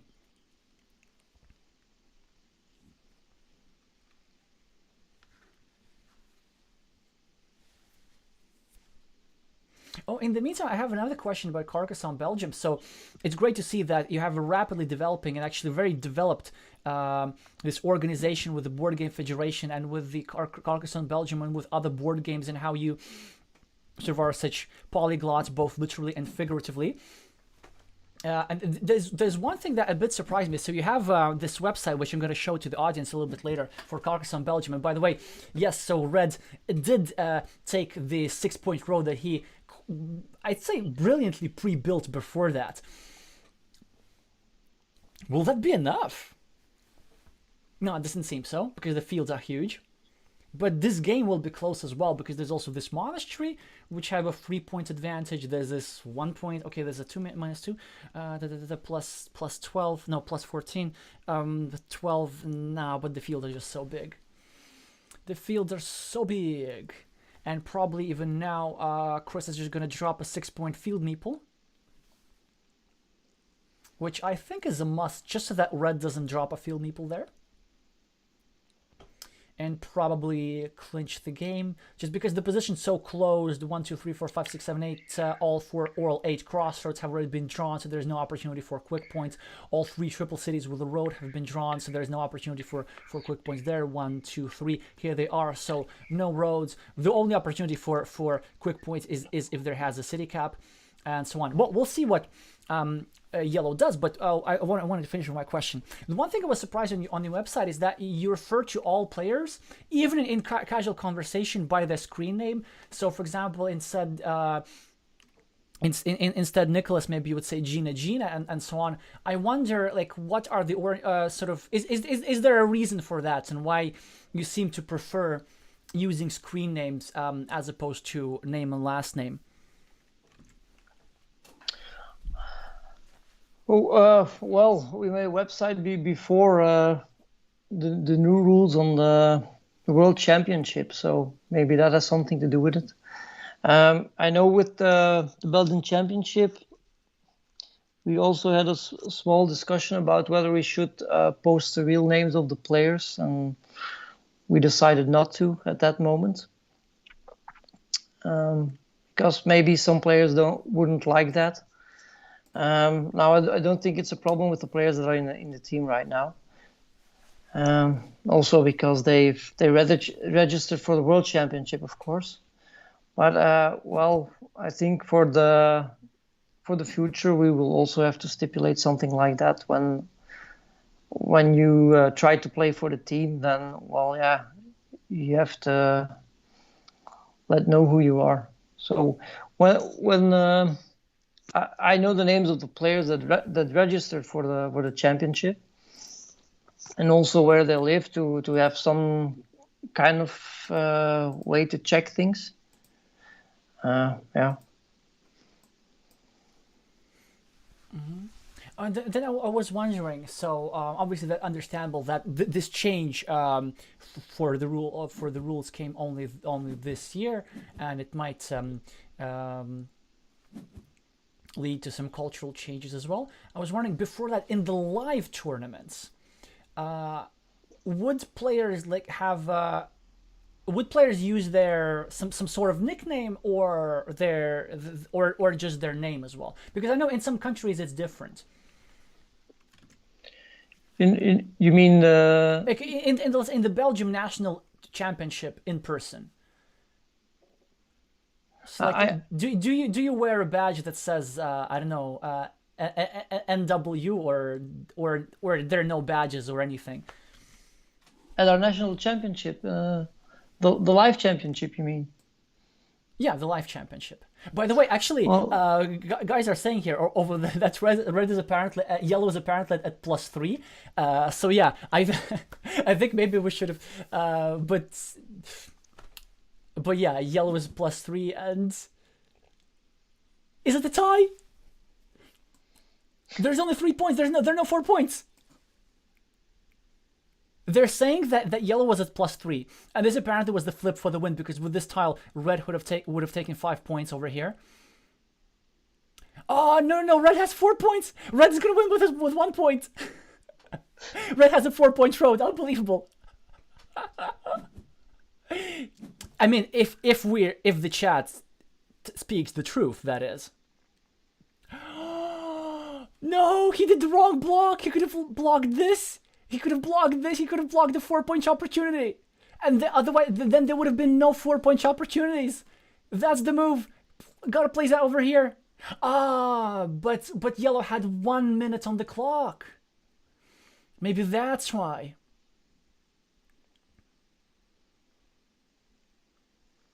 But still, I guess instinctively you gotta block the 3-point opportunity and the 4. Okay, we gotta see if we gotta believe our viewers. Unbelievable. Is that for the win?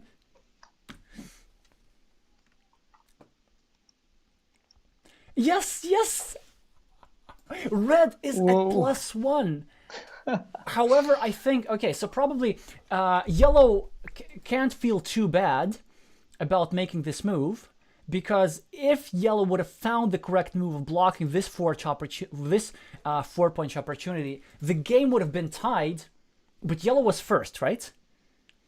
So this means that yellow would have lost anyway.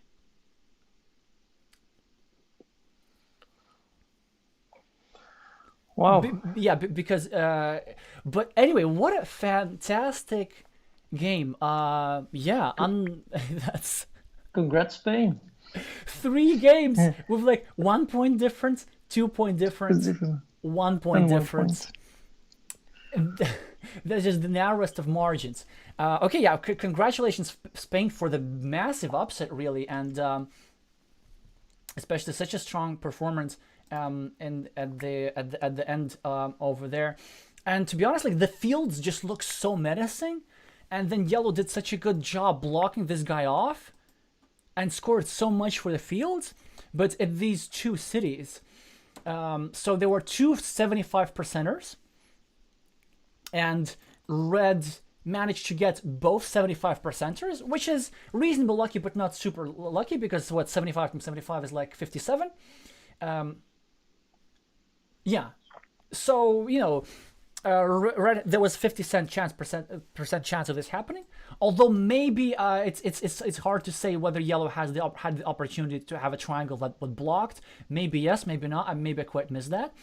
And then also, brilliantly with this move, red pre-built a 6-point road that he snatched. Maybe here a little bit riskily, red didn't take a city cap, but that didn't make much of a difference, because this 6-point road, I think, is the thing that won red the game. All right, congratulations, Spain, and good luck to the UK in the other matches. By the way, yeah, so my prediction was wrong. I thought UK would like win literally everybody and finish at the top of the group. So apparently now, probably even if UK wins everybody, they will likely finish not at the top of the group, but it really depends on the group table. So we're gonna just look at that real quick. And Spain now has a real chances of advancing, so they just have to. Well, they don't have to. I'd rather Spain not win their next game, but I'm entirely happy with Spain winning the game afterwards. So yeah, so the next game that Spain is playing is against Latvia, which is great. Now we saw the game. We saw that the Spanish players are apparently very good with fields, so we will know not to let Spanish players have very big fields if the tiles are right. Okay, so we will do our best to prevent huge fields like in the first and second games. And interestingly, now red won actually by sacrificing the field rather than claiming the field.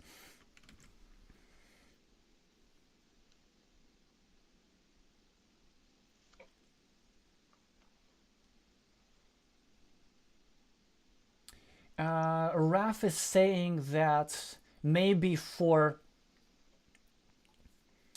that maybe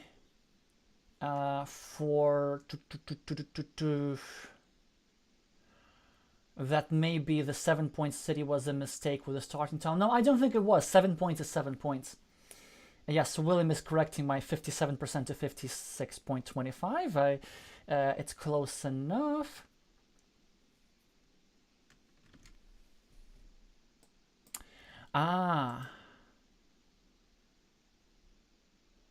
Over here, maybe.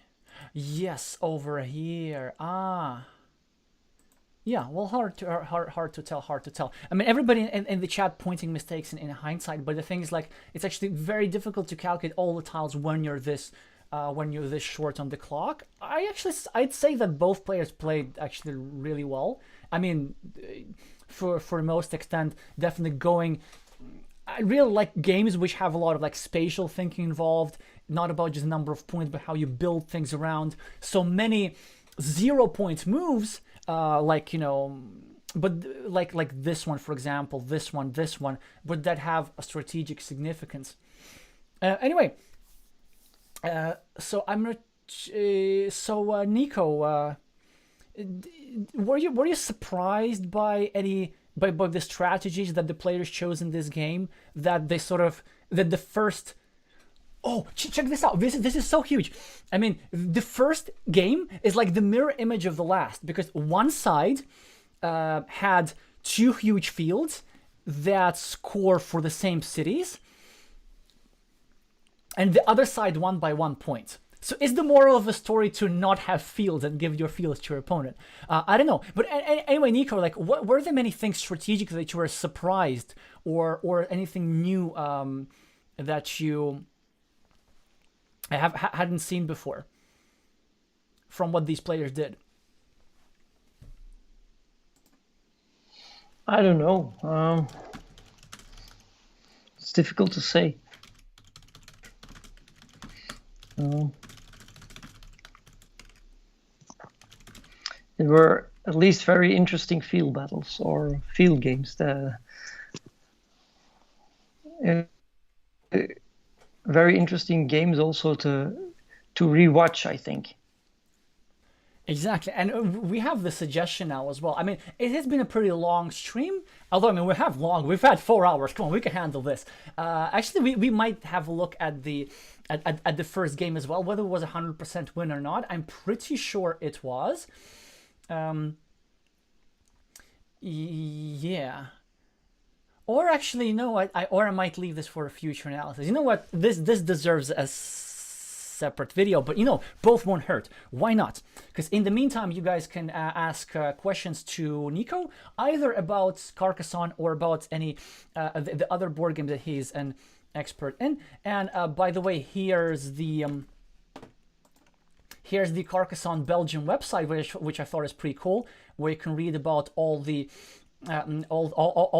Belgian players. I think it's so pretty cool. Like Monopoly, chess. We had Catan. Yes, so much Catan, and of course Castles of Burgundy and Splendor.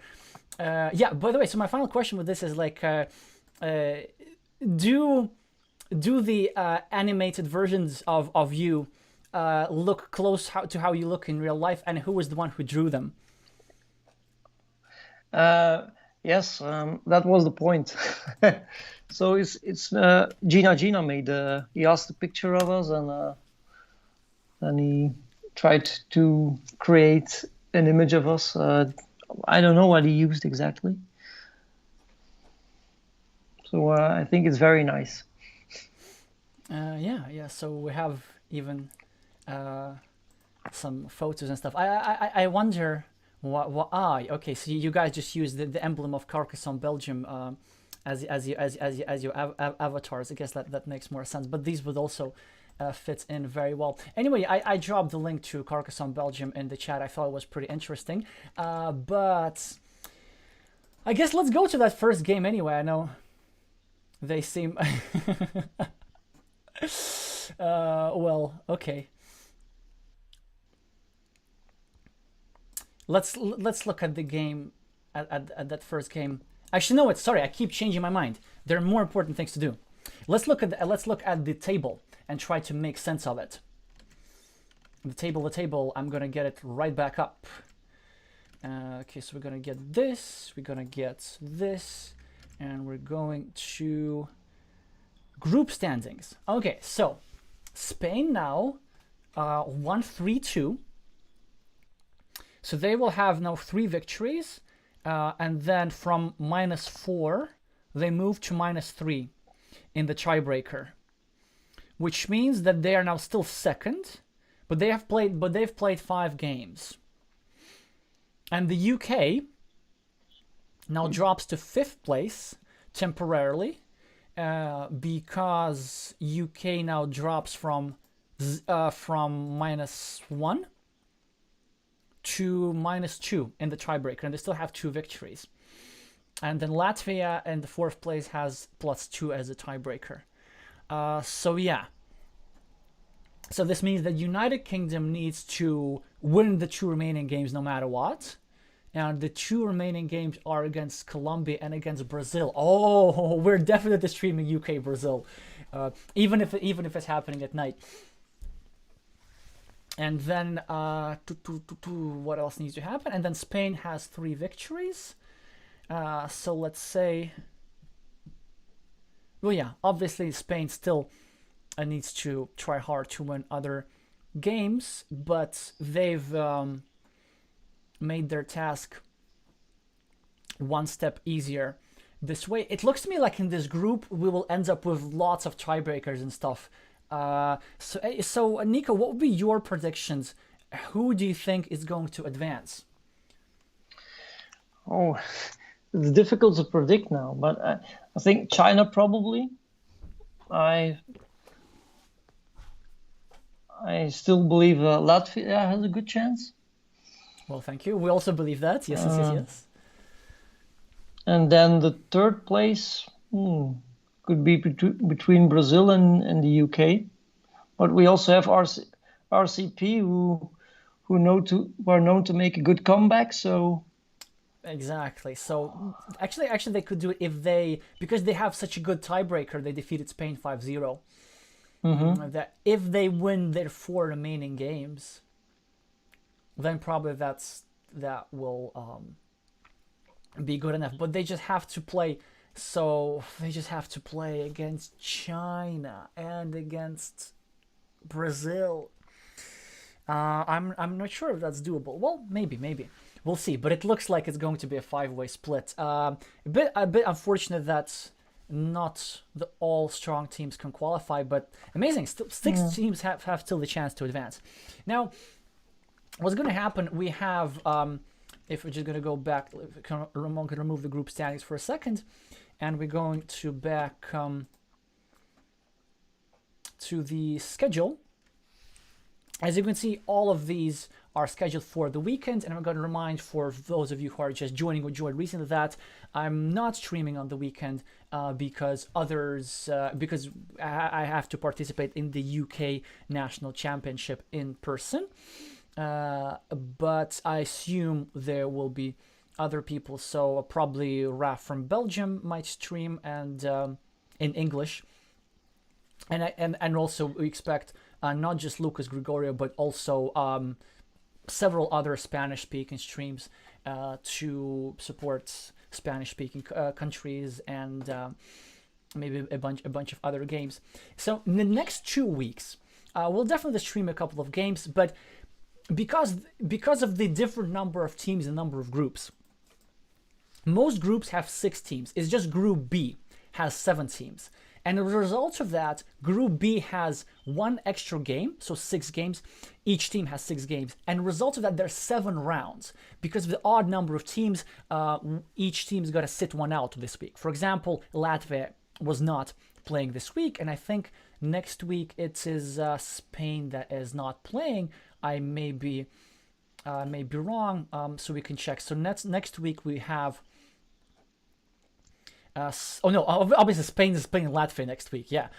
So next week China is sitting 1 out, and then probably we might look at United Kingdom versus Colombia again, which will be a must-win for the UK.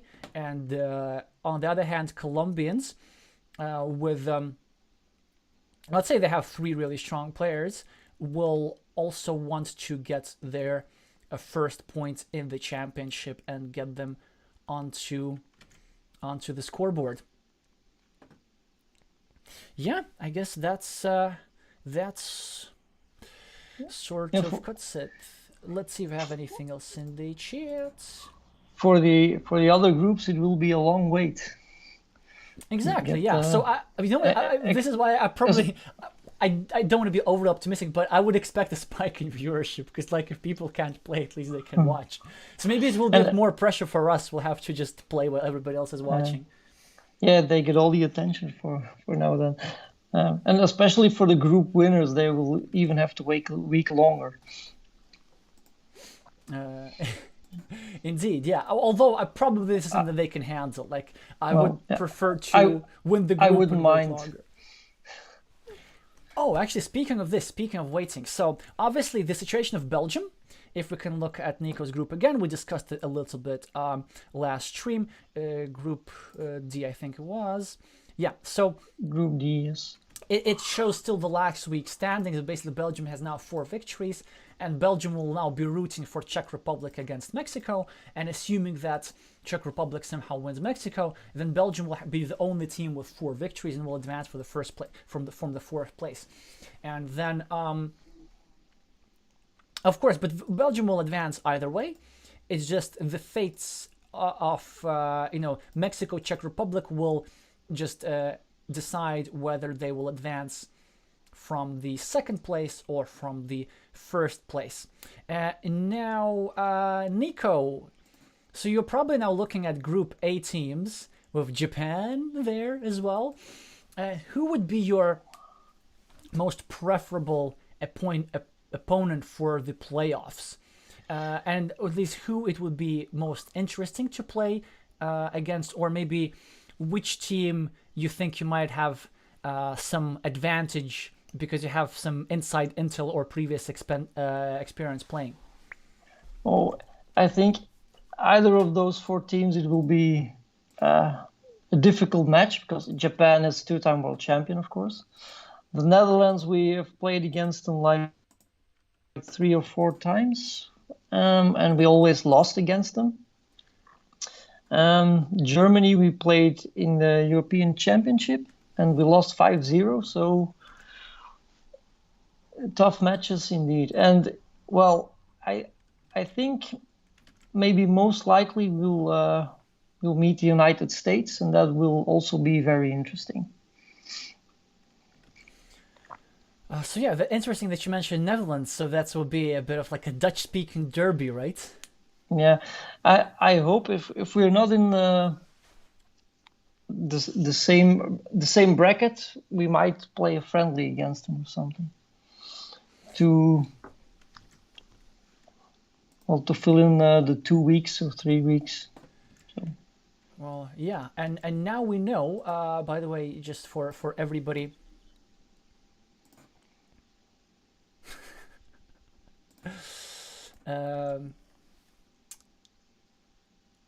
That's think if you want to improve your team quickly, then Belgium's secret is organizing friendly matches with other teams. Actually, 6 is really a lot. I think one year we had 2 or 3 while I was still part of not the Latvian team but of the Latvia-Lithuania combined team. Last year when it was still allowed, and it still felt like we had loads of matches, but 6, it must give you an awful lot of practice. Alrighty, I guess it's time to I think it's good for the new players. They get acquainted to the new rules in general, and also for the other players with also the new rules. So we had a lot of practice with the new system. I think we helped Mingo out a lot with that. Alrighty, so I'm just moving to this game as for request of the viewers. Let's just check real quick. So was that 100%? Because that move then I found it so beautiful that it would be really nice to wrap up the stream like this. Edges is asking if I'm going to make some videos from your UK championship. Let's see. I wouldn't say that's quite likely. I will consider documenting some with my phone, and then after that I'll see whether that's editable. I haven't really done this kind of content before, so, but we'll see. Regarding your previous question about we were at our national championship, whether we will use our nicknames here. Well, we haven't had a championship with Corona, so we didn't have the opportunity yet to do something like that. And well, I don't think a lot of players there will know about it already. So what we will try to do is see if we can get new players to Carcassonne, Belgium, to make to try and grow our team. Mm-hmm.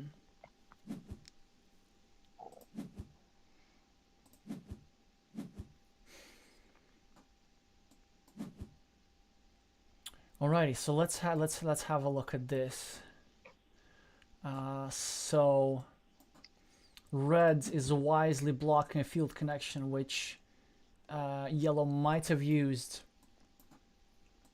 Now we have a range of choices over here, whether to merge the fields and get the 12 points, but then risk losing 6 points over here. Well, anyway, maybe let's not dwell on this, because like the ending is what really matters.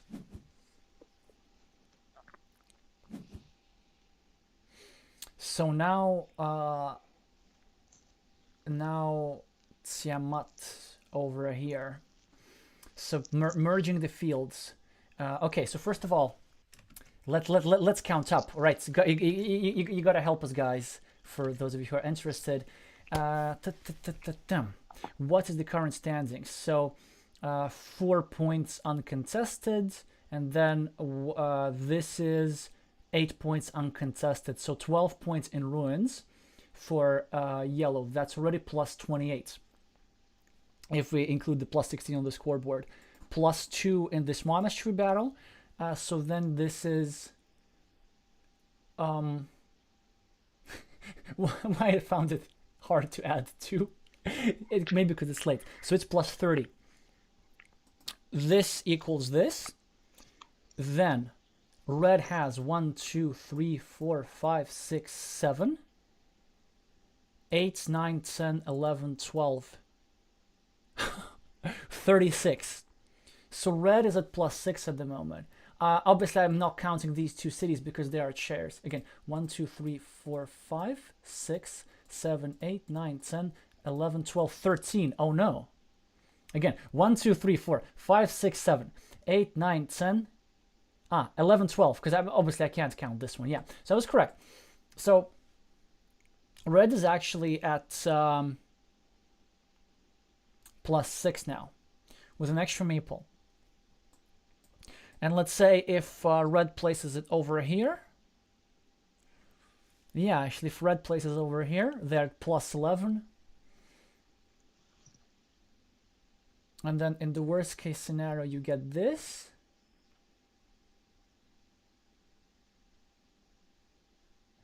Okay, in the worst case scenario, in the worst case scenario, so I'm just trying like if to think what would happen if red is to place his monastery over here, or let's say 1, 2, 3, yeah, 5 for 5 points. So that would be plus 11, and then let's say if yellow were to draw a curve. He would get 1, 2, 3, 4, 5 plus 14, give him meeple back, and then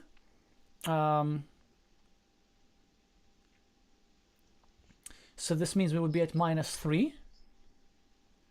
We would put 4 over here, it would be a plus 1, and then reds would score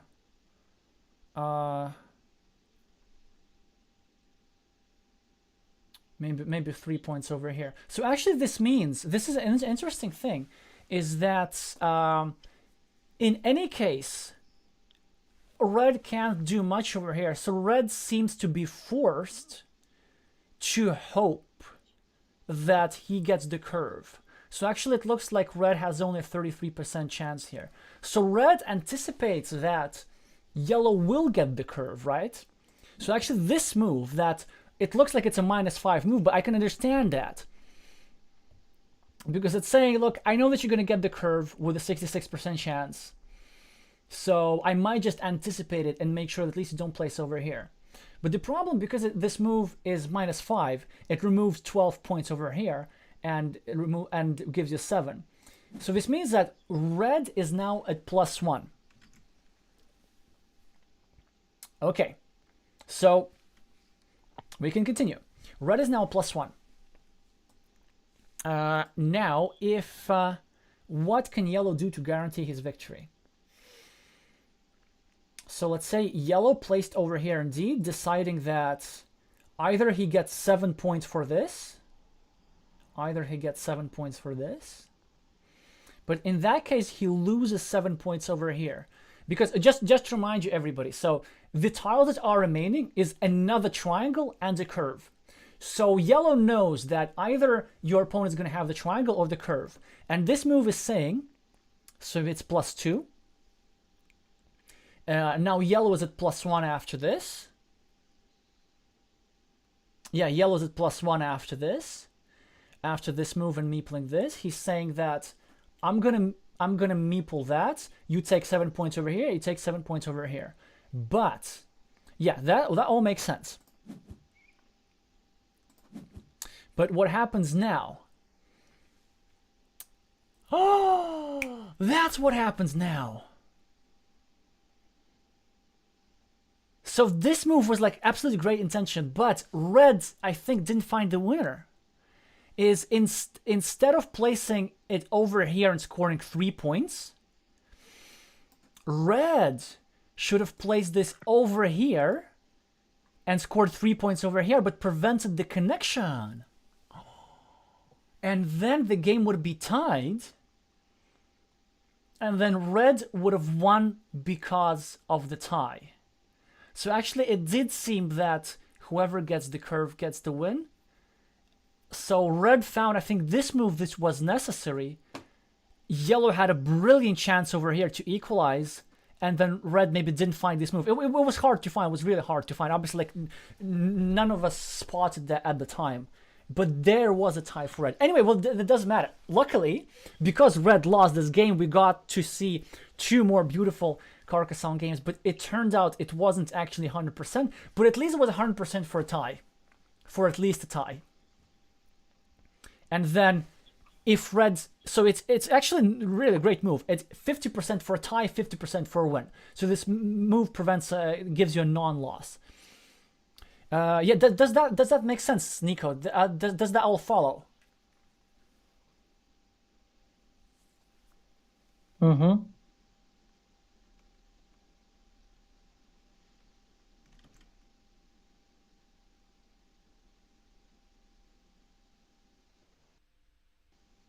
Oh wait, would that be a tie actually? Yeah, no. Oh, that's the point. I forgot that yellow doesn't have any meeples. So this move over here, if Tiamat were to put it, then it actually would prevent these 3 points. So this means that yellow would be at -2.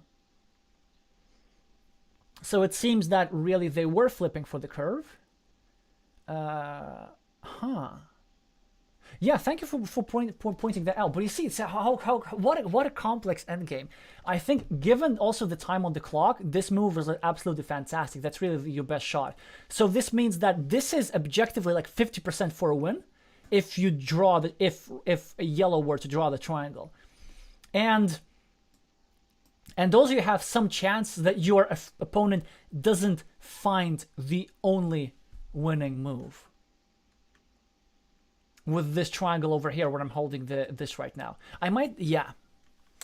Okay, I hope that makes sense indeed. You see, obviously, like when I make videos, I can have the visuals and everything because I have the cardboard cut out, but I think how to have the what if visuals for live games. I'll try to work on that. And also anything else that we should work on the stream, please let me know as well. I'm open to all kinds of feedback.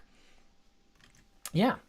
One of the best games I've seen in a while, and here we have the extra 3 points that give Chris the win with +1. Really beautiful finish that prolonged it, and you know what? That was not all in vain, because we know that the Group B will be tight, and the extra tiebreakers, they matter a lot. So losing a duel with 0-2 is worse than losing with 1-2. So by fighting for this game, maybe Chris actually, maybe this game will end up, being decisive for the whole qualification standings thing. You never know, because not only the duel count is important, but also the game count is important as well.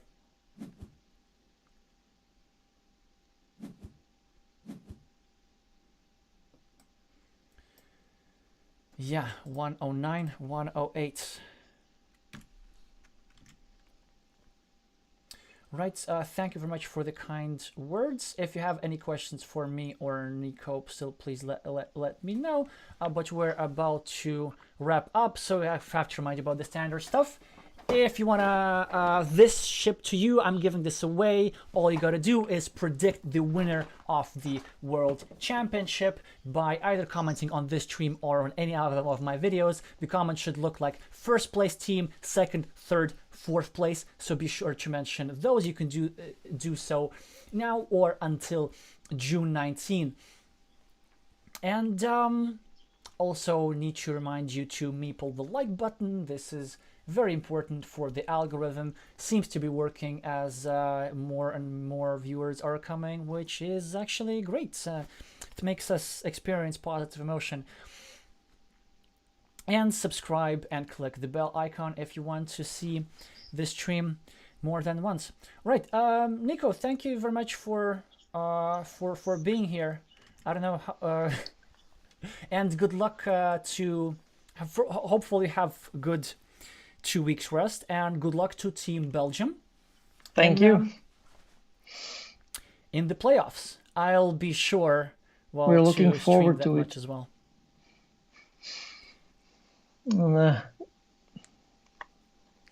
Yeah, thank you everybody. Right, thank you everybody for thank you to everybody for watching. I'm gonna see you soon.